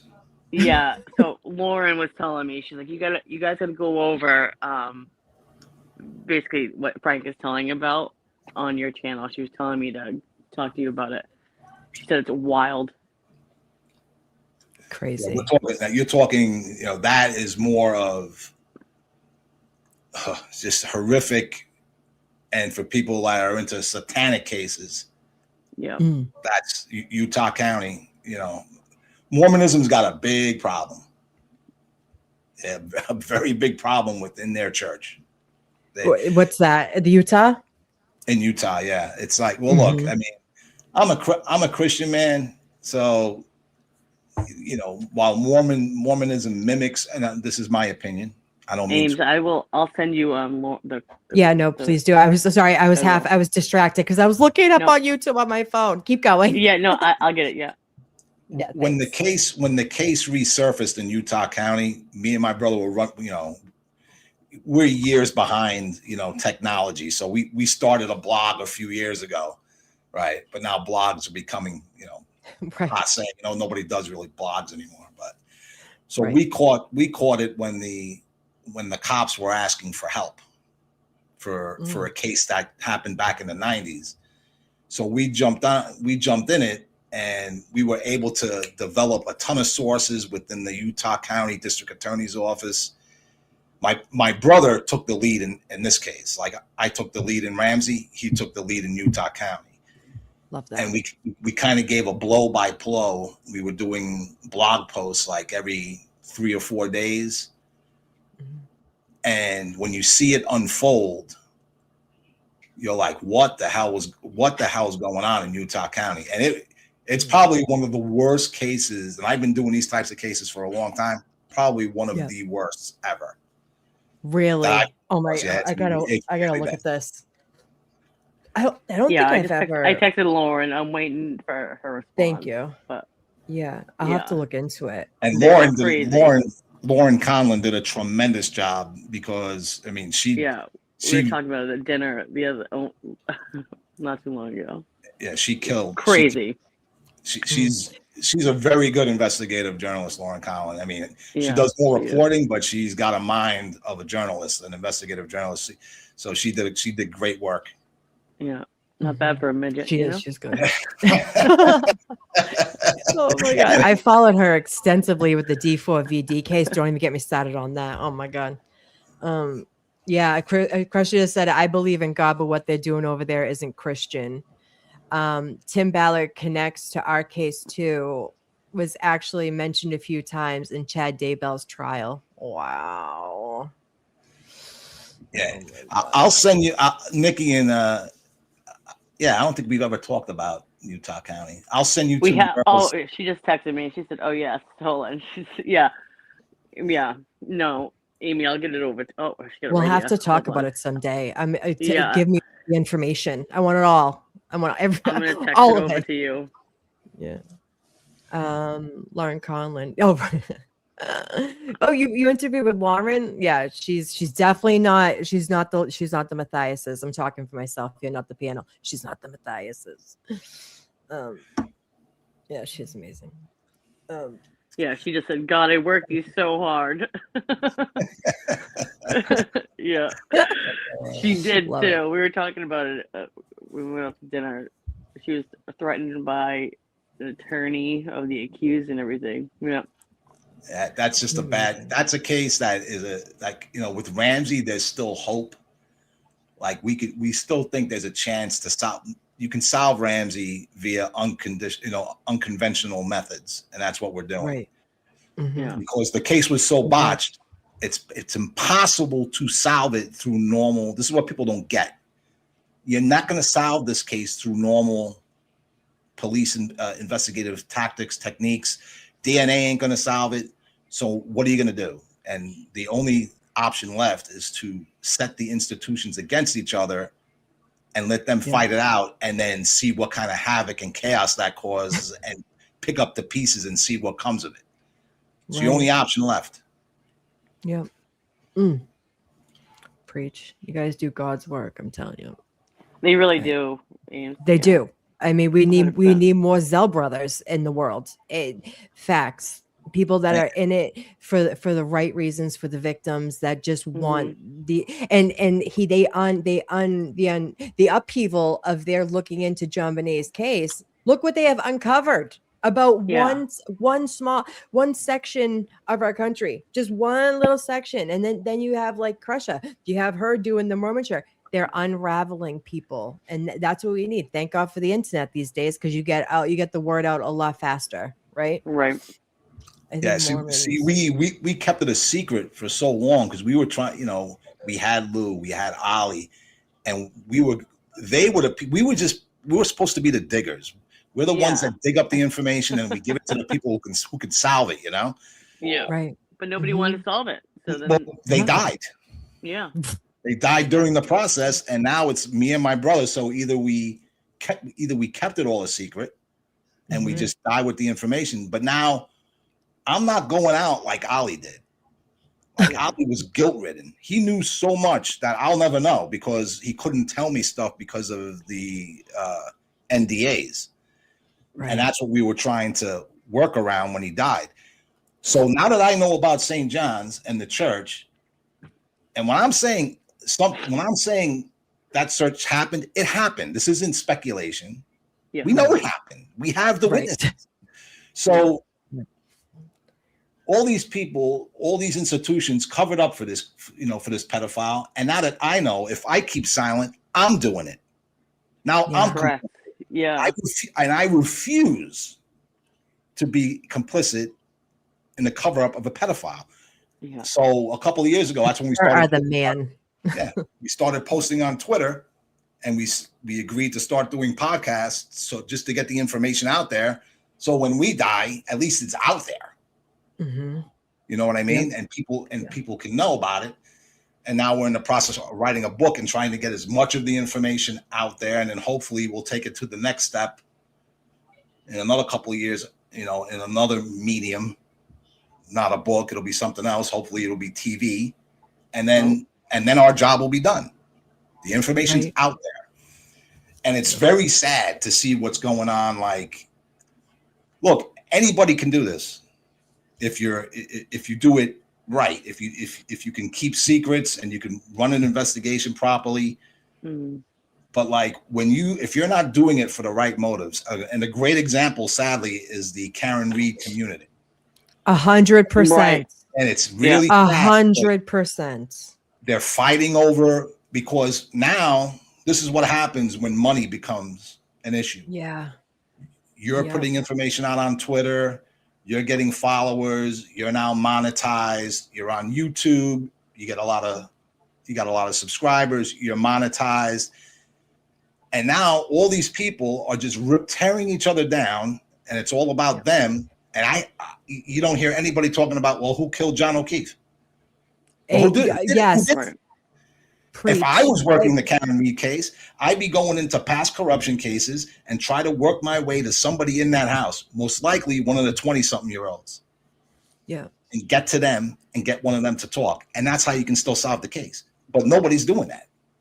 No. So this case, as soon as you lose, this case is going to be a mystery. As soon as you lose focus. Exactly. It does not. It's not the purpose anymore. It's like you're looking for money. The reason why you got into it in the beginning completely gets skewed. Okay, you're looking through different lenses, and you're right. People just pull each other apart in all of these communities. Okay, you got the Gypsy Rose, you got the Karen Reed, you got the like. For instance, I started covering a YouTuber that has hundreds of thousands of subscribers that literally prey on victims for content. No, I'll never be okay with it. I'll never be okay with it. I just won't. And I don't cover Karen Reed because it's not that I don't believe that she shouldn't be out. It's all the tearing people apart. I can't do it. Yeah, ego is a real thing. And ego has infected, especially the Karen Reed community, to the point where now it's about them. Oh God, and the drama. It's and people, and this is why people ridicule us for this information. Oh, why didn't you put this on Twitter 5 years ago or 6 years ago? Because that's not how. Once I start putting it out there, and I'm trying to gain some, followers. Amy said it. Once you lose that focus, it wasn't meant. We were trying to solve the case. We didn't care about the outside world knowing what we knew. We didn't care. We were just trying to solve it. It wasn't about followers. No, it's not about subscribers. It's not about money. We just wanted to solve the case. We're only doing this and these podcasts with you, Amy, and with Jay, and with Miss Shorty, and with True Crime Garage. We're only doing it out of a last resort because everybody we were working with is now dead, and now we're stuck with the information. Guys, Lauren says hi. Hi, Lauren. Hi, Lauren. Tricky Ricky.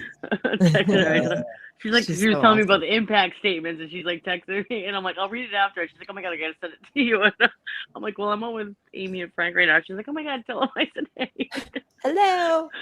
Hey. Yeah. But see, Frank, you and your brother do it for the right reasons, and that you can tell how passionate, like true passion, right? And for you to come out though in this day and age of like all these everybody in like younger even that wouldn't even have been around when JonBenet was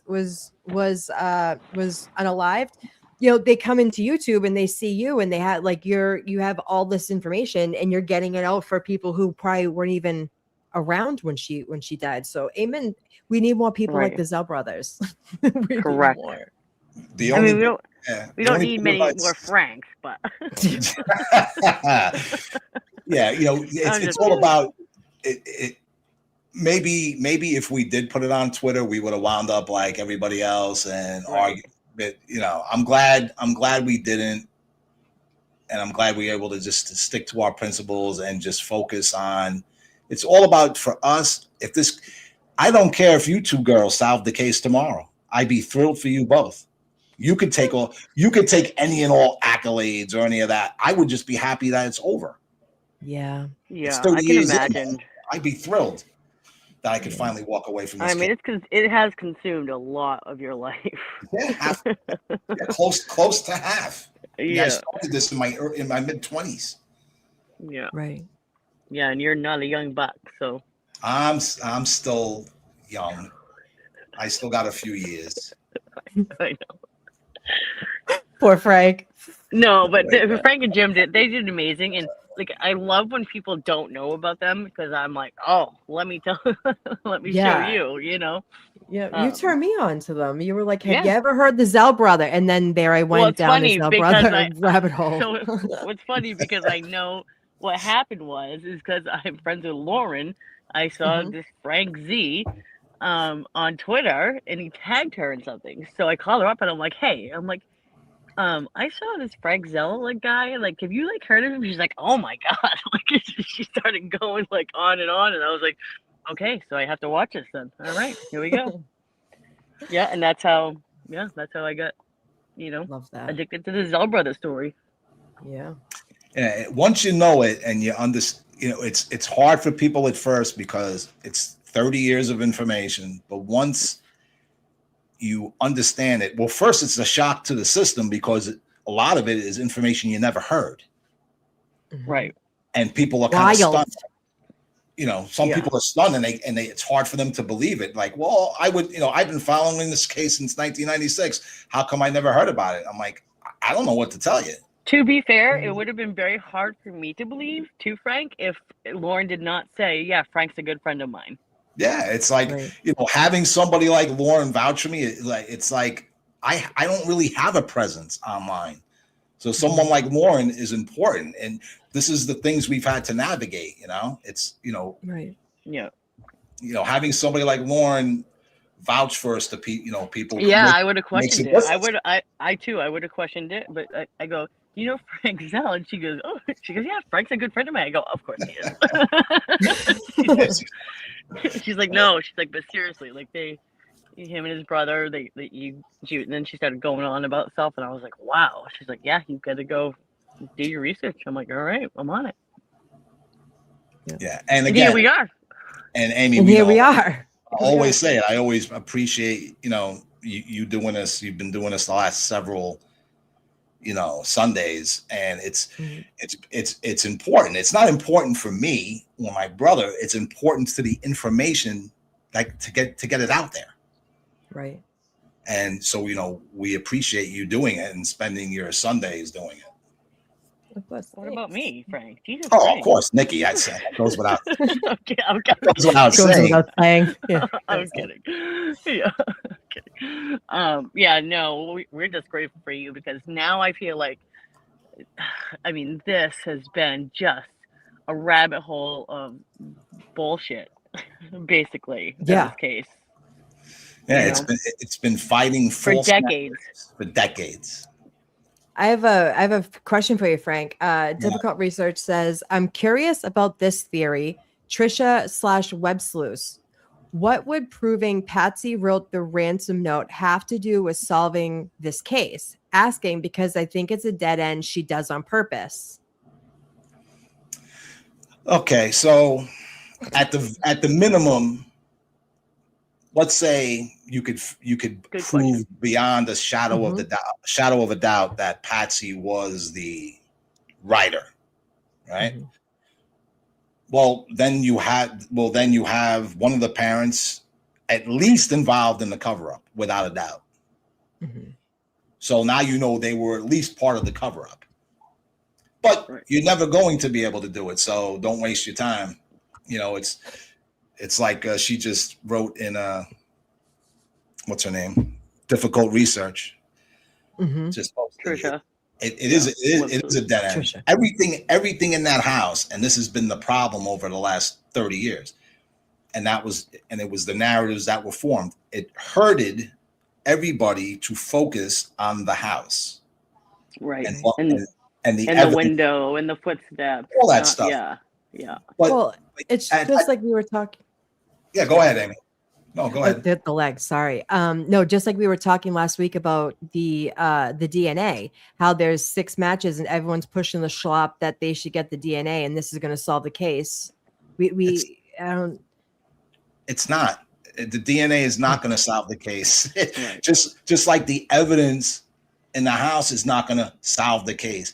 And I tried to tell people from the beginning, even if it could, right? You need to make an arrest first. And then the evidence in the house in a trial is going to come into play. But to think you're going to solve the case with the evidence that's been thoroughly tainted and corrupted. John destroyed the crime scene. Yeah. Everybody in there destroyed it. Yeah. So it's useless. So stop focusing on something that you know is already tainted. Yeah. And the DNA is people cleaning the crime scene and people cleaning the house that morning when Aunt was left alone on purpose. So since the house and everything in it has been corrupted and tainted, and any lawyer worth his salt would get anything tossed out against anybody, focus on other areas. Right. We focused on the town and the past cases to build a circumstantial case against the district attorney's office, the Boulder Police Department, the church, right? In covering for bad people that connect to the Ramseys. That's the way to do it, because that you can't corrupt. Those stories happen. They're all adjudicated. Right. As you can see, I do crazy. Yeah. Sorry for that. We understand. No, we get it. Yeah. Yeah. No, I mean, you've been in this for so long. And I think too, it must be frustrating that no matter what you present to people or who you present it to, everyone turns a blind eye. That has to be infuriating, right? Right. For all this time. And you're just like, it's right in front of you. Why? Just look. We've been kicked like dogs on the street and the gutter, just taking one kick to the stomach after another by every producer we've dealt with since 1996, every mainstream reporter from all different papers across the country. People, what did one guy from NBC? I was all excited to talk to him. I'm not going to mention his name. And the reason why I'm not going to mention his name, because I said to myself after that phone call, if I ever do solve this case, I'm going to go to his house in Colorado and punch him in the face. And I would like to keep that promise if possible. Okay, Frank. So it's not. I don't want to be. Accessory. Okay, thank you. Appreciate that. Oh my god. But you know what? And I had forgotten his name over time, but now it's come back to me. But anyway, it's when what he said, I'm laying out everything. And he's like, "You, sir, are insane." And I'm like, "Why am I insane? You don't know me, man. It's the first time I'm talking to you." He goes, "You're insane because I interviewed John Ramsey and looked him in the eyes. That's how I know he's got nothing to do with it." Oh, God. And I'm like, so you just summed up my whole case and threw it out the window, all because you hung out and had a cup of coffee with John. I'm like, oh, God. And I'm like, and you're the best that network has to offer at the time? I'm like, oh, please. Oh my! Imagine. I looked him in the eyes. He's innocent. Yeah, that's it. Right there. That's it. You solved the case. That's it. Case solved. You didn't do it. I didn't say he did it. I just said he was involved. And then all of a sudden he just starts calling me insane. Some way, shape, form, something is it's something is not right about everything. No matter what theory you had. Someone also said, they were like, it doesn't matter what side of the aisle everyone wants the same outcome. But I think our point is the point. I think our Let me point try it again. And like everybody cares about. Oh, my bad. I think everyone has the same outfit. We want to find out who all these people are, right? We want to find out who is involved, the bigger picture of like who are these people running sex rings with children. Everyone wants to know, but the problem is, in a lot of these cases, everyone wants to know, but the powers that be, and that's the problem. Well, yeah, I mean, there's some of the things we talk about, like, the pedophile attorney. They covered that up so much. They were covering that guy, covering him, what he was doing up for decades. And probably nobody will ever know, what he really was doing, because, I can't say his name. So we just refer to him as the pedophile attorney. Sure. But, so I got to wait. So it's a race between, does he die first or do I die first? Once he dies, I can say whatever I want, because, he can't sue me. Right. And I know the Colorado Bureau of Investigation has a file on that guy and always had a file on that guy. I know the DA's office knew what he was doing. I knew the cops knew what he was doing. And I can't talk about it. Right. And I can't mention his name. I would love to just say his name over and over a million times. For the these people get litigious. Yeah. Him and his merry band of, pederasts that were having sex with kids for decades. Right. And people are covering for these people. These are the degenerates of the world. My opinion. These are the degenerates that live among us that are getting covered for, and they're destroying little boys and girls' lives, and no one cares. No one cares. It's frustrating, Amy. It is frustrating. It is. Desert Rain says Fleet White Jr. is now senior bureau official for the Bureau of Political Military Affairs as of late September. That's scary. That's Fleet White the third now. Okay. Yeah. So John Ramsey's best friend, or one of his best friends, the house Fleet that White JonBenet Senior. was over the night she died. That's Fleet White. That would be the second, or junior. And his father, Nancy Krebs, who came forward in 2000, made the accusations against senior and junior. Yeah. Of being a sex ring in the 70s. Good grief. Whoever Fleet White, John's friend, junior, the police have bent over backwards for this guy since day one. Anytime they get a chance, I think they've ruled him out and have had press conferences about him like 5 or 6 different times. Every few years they'll just hold the press conference and say, "Oh yeah, by the way, Fleet White had nothing to do with this." When the Ramsey indictments came out, right, that was the story. So the Boulder police hold the press conference. You think they're going to give their opinion on the Ramsey indictments that were just released an hour earlier? No, they just wanted to remind everybody that Fleet White had nothing to do with it. It's bizarre. Bizarre. These people are sick. Yeah. Shit. That's putting it lightly.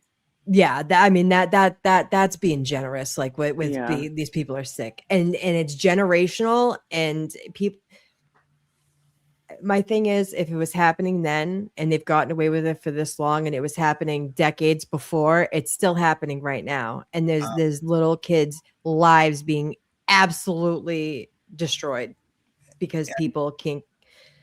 There are clubs, and it's what has happened in Boulder is now. Oh God!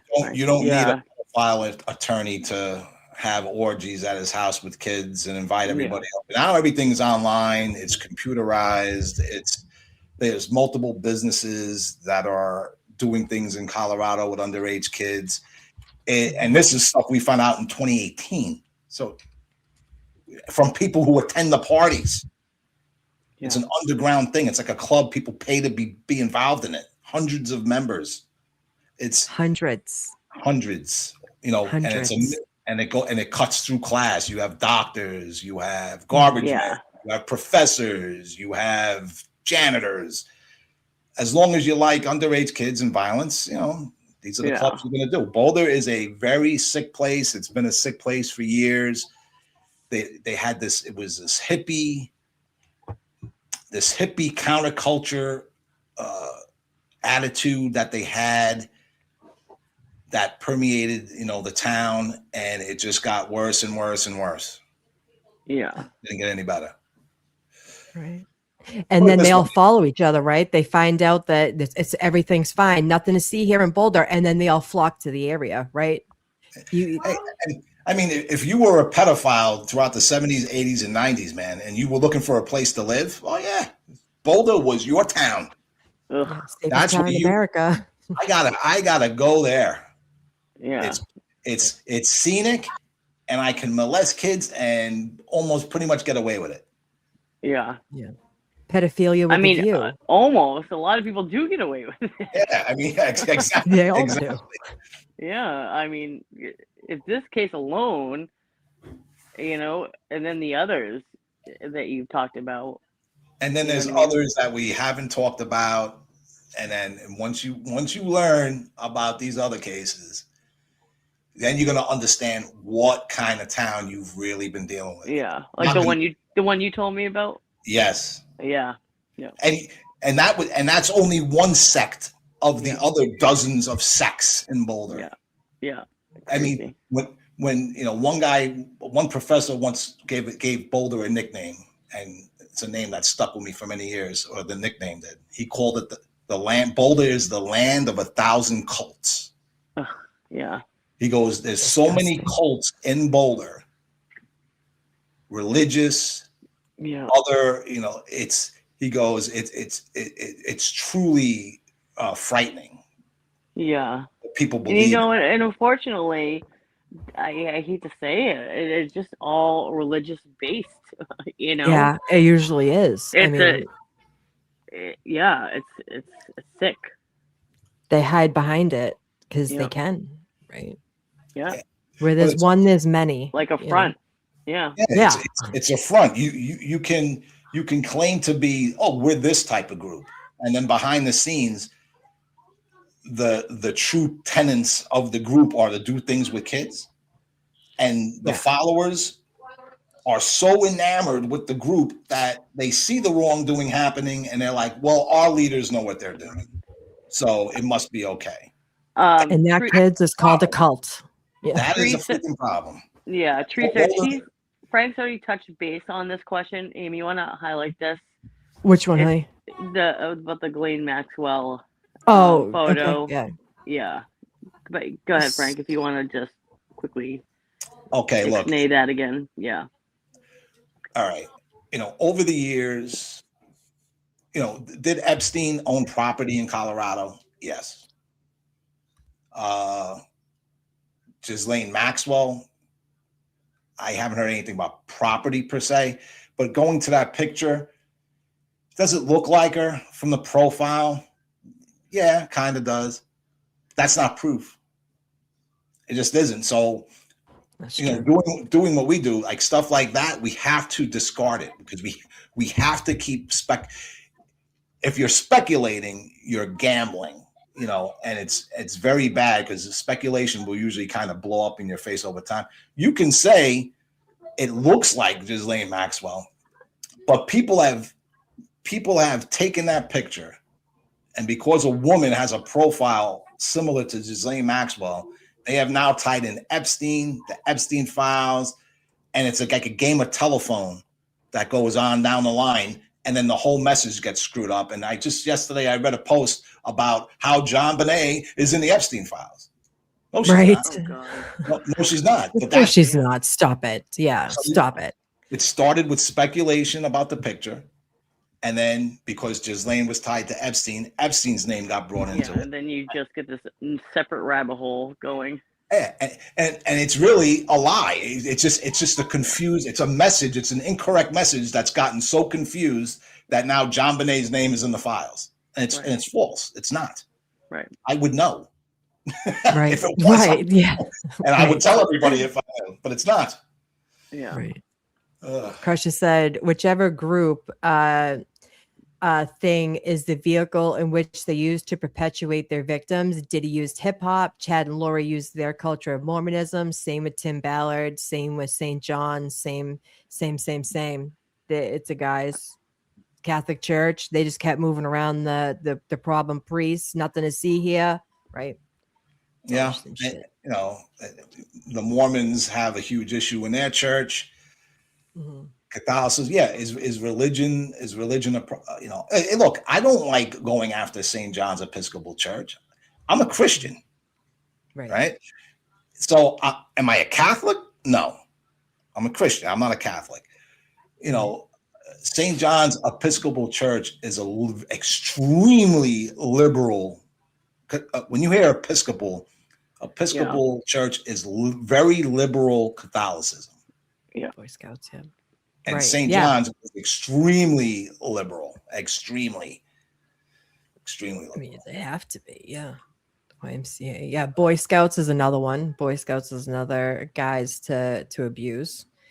It's group think, right? So even we use religion. Anything comes up that a lot. has Group access think to children. Yeah. Yes. Anything. Any group effort. Yeah. Boy Scouts. Brownies. I mean, look at that NXIVM cult. You guys know anything about that one? Bizarre. He's in prison for the rest of his life. I mean, was it adults? Yeah, but same group think type of mentality. There was victims. And that's NXIVM's another story that they didn't really. Me and my brother worked that for a very short time when NXIVM first happened. They had schools down in Florida, and they would keep, once the kids were in these NXIVM classrooms, they did whatever they could to keep the parents isolated from the child. Like, they didn't want parents going there, seeing what was going on at the schools.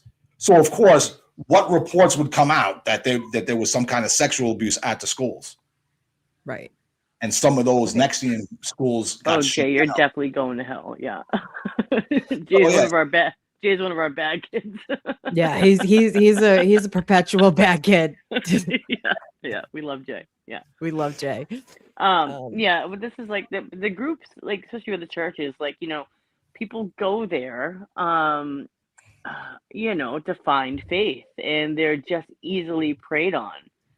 And so somebody who's not, has no idea what's going on within the church, are easily preyed on, and then somehow find themselves in the mud. Yeah.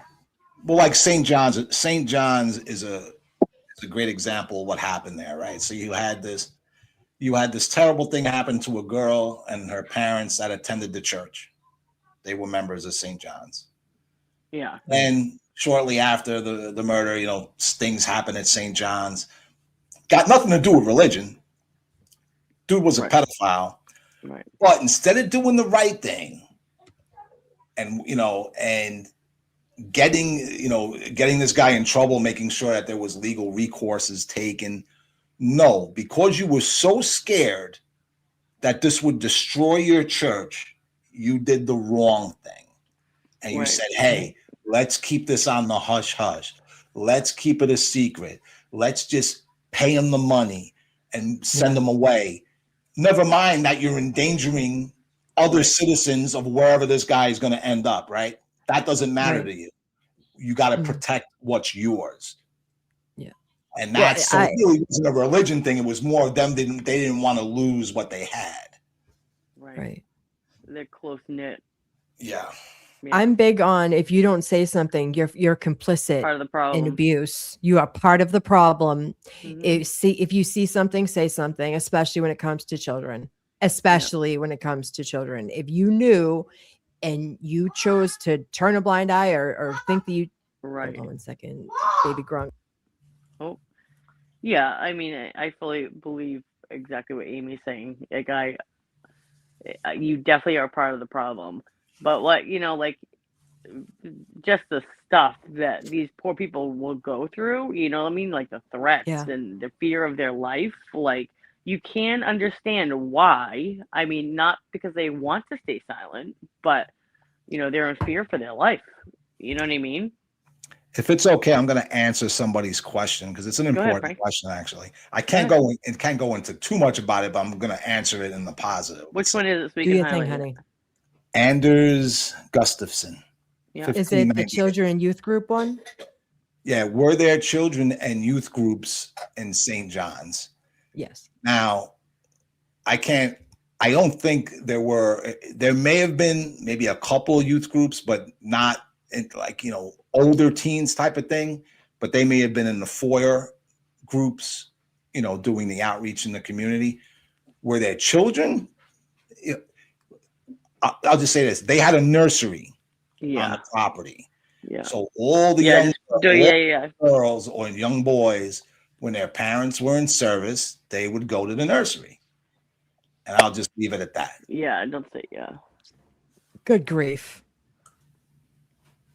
Yeah. Good, like you want, having a separate layer of rules, like those of religion, that they can manipulate and give them another shield from being found out. Tale as old as time. Ain't that the truth? Correct. Yeah. It's like, there have been businesses where, I've worked other cases where businesses could have been affected, and that's why they shut down certain, covered up for somebody, paid off somebody to protect the business. Yeah. It's all about, it's not really religion per se. With the cults, yes, when it's part of your tenets and your belief system, that children, that, that sexual things with children are important. Yeah. Then it ties in. But for the most part, it's people not wanting to lose what they got. Yeah. Yeah. And they'll cover hitting their pockets. A great example is police in general, right? The blue wall of silence. Yeah. Right? Yeah. It's the same principle. So I'm a cop and I know that another cop is doing stuff that he shouldn't be doing, whether it be selling drugs, accusations of rape, whatever. But because I don't want to lose my job, because if I rat him out, they're going to look at me as a rat, and then I'll eventually have to leave the department. So to protect what I got, being a cop, I'm going to turn the other way. That is the worst. Yeah. Yeah. And Boulder, there were people in Boulder doing that, with things going on in that town. Hey, man, I've talked to him. One guy said, hey, I was a good cop. I tried to do my job, but, I wanted to keep my job. I had to do what they told me to do. And I was like, self-preservation. Yeah. Why didn't you just get another job? I think churches and the groups get mentioned because there's a high population of degeneracy in these groups, right? So all of these people, that the real problem really is the child sex ring, right? That's the problem. But it just so happens that all of these people happen to be a part of the same group. That's telling. Stronger together, right? Yeah, and what you can, guys, but there are a lot of these things wrapped around the religious aspect or a church or whatever. But it's just the high population of these people. Like you'll never convince me that it's a coincidence that all of these people are pedophiles. You know what I'm saying? Like there has to be a reason, or there has to be a reason why there's a high count of that in a small area. Because they all follow each other. There are other areas of Colorado that have really bad cases, pedophile cases. Boulder's kind of nestled at the foothills of the Rockies. And then as you go up into the mountains, there's these little towns, right? The freaking freak shows. I've had people begging me to look into these other towns for many years. And they've given me like solid, hey, look at this case, look at this case, look at this case, look at this case.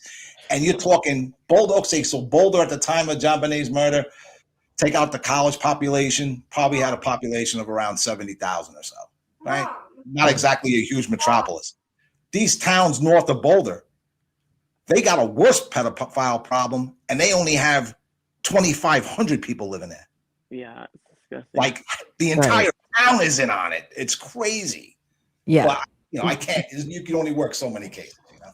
Right. There's a lot to unpack there, but at the same time, it's still the state, right? So people say Boulder is, well, I mean, Boulder is, in my opinion, a cesspool.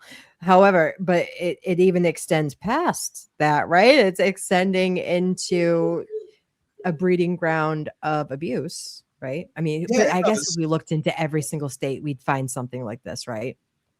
If you look, there are sex rings in every state.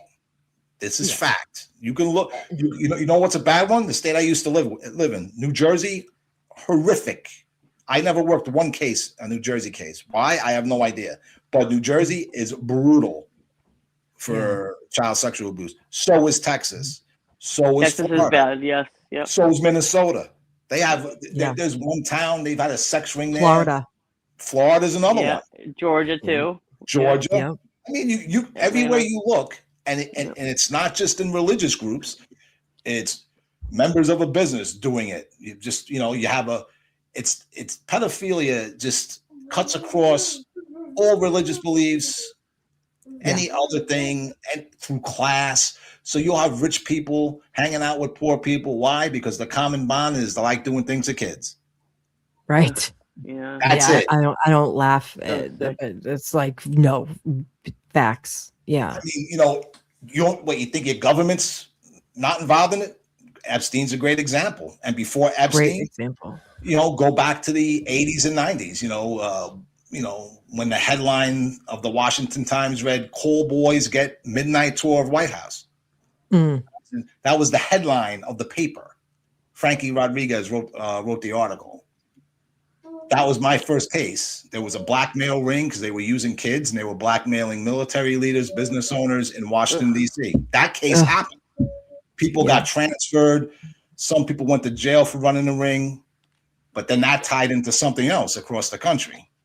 Yeah, and that's the thing. Like, where you find one is linked to another. That's linked to another. That's linked to another. Like the underground society of degenerates. Yeah, it's disgusting. Mm-hmm. And you never hear of, them solving. Every now and again, you hear not one. You hear about kids being saved from, sex ring. But then it just dissipates. You never hear anything about it ever again. You know what I mean? Never. And then you don't. And you can't tell me that I they just don't saw know one in that, Florida. They supposedly they got 26 kids. Like that's a big feat, right? 26 kids that were on the missing and endangered. And then it was a 5-minute clip. You never heard another thing about it. right. And they just That's giving it. you garb to keep you thinking that you're helping these kids. And That's what with it sounds like. technology, the way it is now, they should be able to figure out how they're linked in some sort of way. You know what I mean? Yeah, it might take some work, Mhm. but it's like they just give up on it. And it's disgusting. And JonBenet's grandfather, what's this post here by Desert Rain? JonBenet's grandfather had connections to the airstrip on North Fox Island. That is correct. North Fox Island, the Sheldon case where they were he was like a billionaire Sheldon in Michigan, and he set up an island and it was a child pornography ring. The people that were coming there, they were raping the kids, filming it. And this went on for a pretty long time. Now, North Fox Island, you needed an airstrip built. So Sheldon wanted to fly clients in and kids into the island. So we needed an airstrip to be approved. John Ramsey's father was the head of the commission that approved the airstrip. That's a fact. Now, all they were doing was approving an airstrip. Did they know he was a pedophile? I don't know. but Right. I believe his name was James Dudley Ramsey. That was just, what that person mentioned is true. There is a connection between John's father and the North Fox Island case. But to say anything else is speculation. Right. I don't know James. I don't know if James Dudley Ramsey was a pedophile. I don't know if he approved that on purpose. So I just leave that be. Is it an interesting connection? Yeah, but that's all you can do with it. Yeah. Yeah, I don't believe Fair in enough. coincidences though either. So Me either. you know, I side eye everything. I do too. I gotta be honest that I didn't know that, and that is wild. I'm probably gonna go down a hole before the game that I wasn't planning on going down. How are you spending 2026? Yeah. You know, going down rabbit holes. I try to stay off of Reddit, but now I feel like I might have to read it. Watch the documentary Children of the Snow. That is that what that's Children of the Snow. That's what I wrote this down. I keep remembering. Yeah. I'm watching this today. Children of the Snow. If you got a snowstorm coming your way. Yeah, perfect. Children of the Snow. And I already have to read a 52-page victim impact letter. So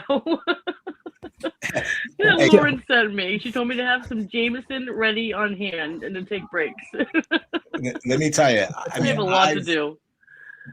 I worked a bunch of these cases many years ago, like Utah County.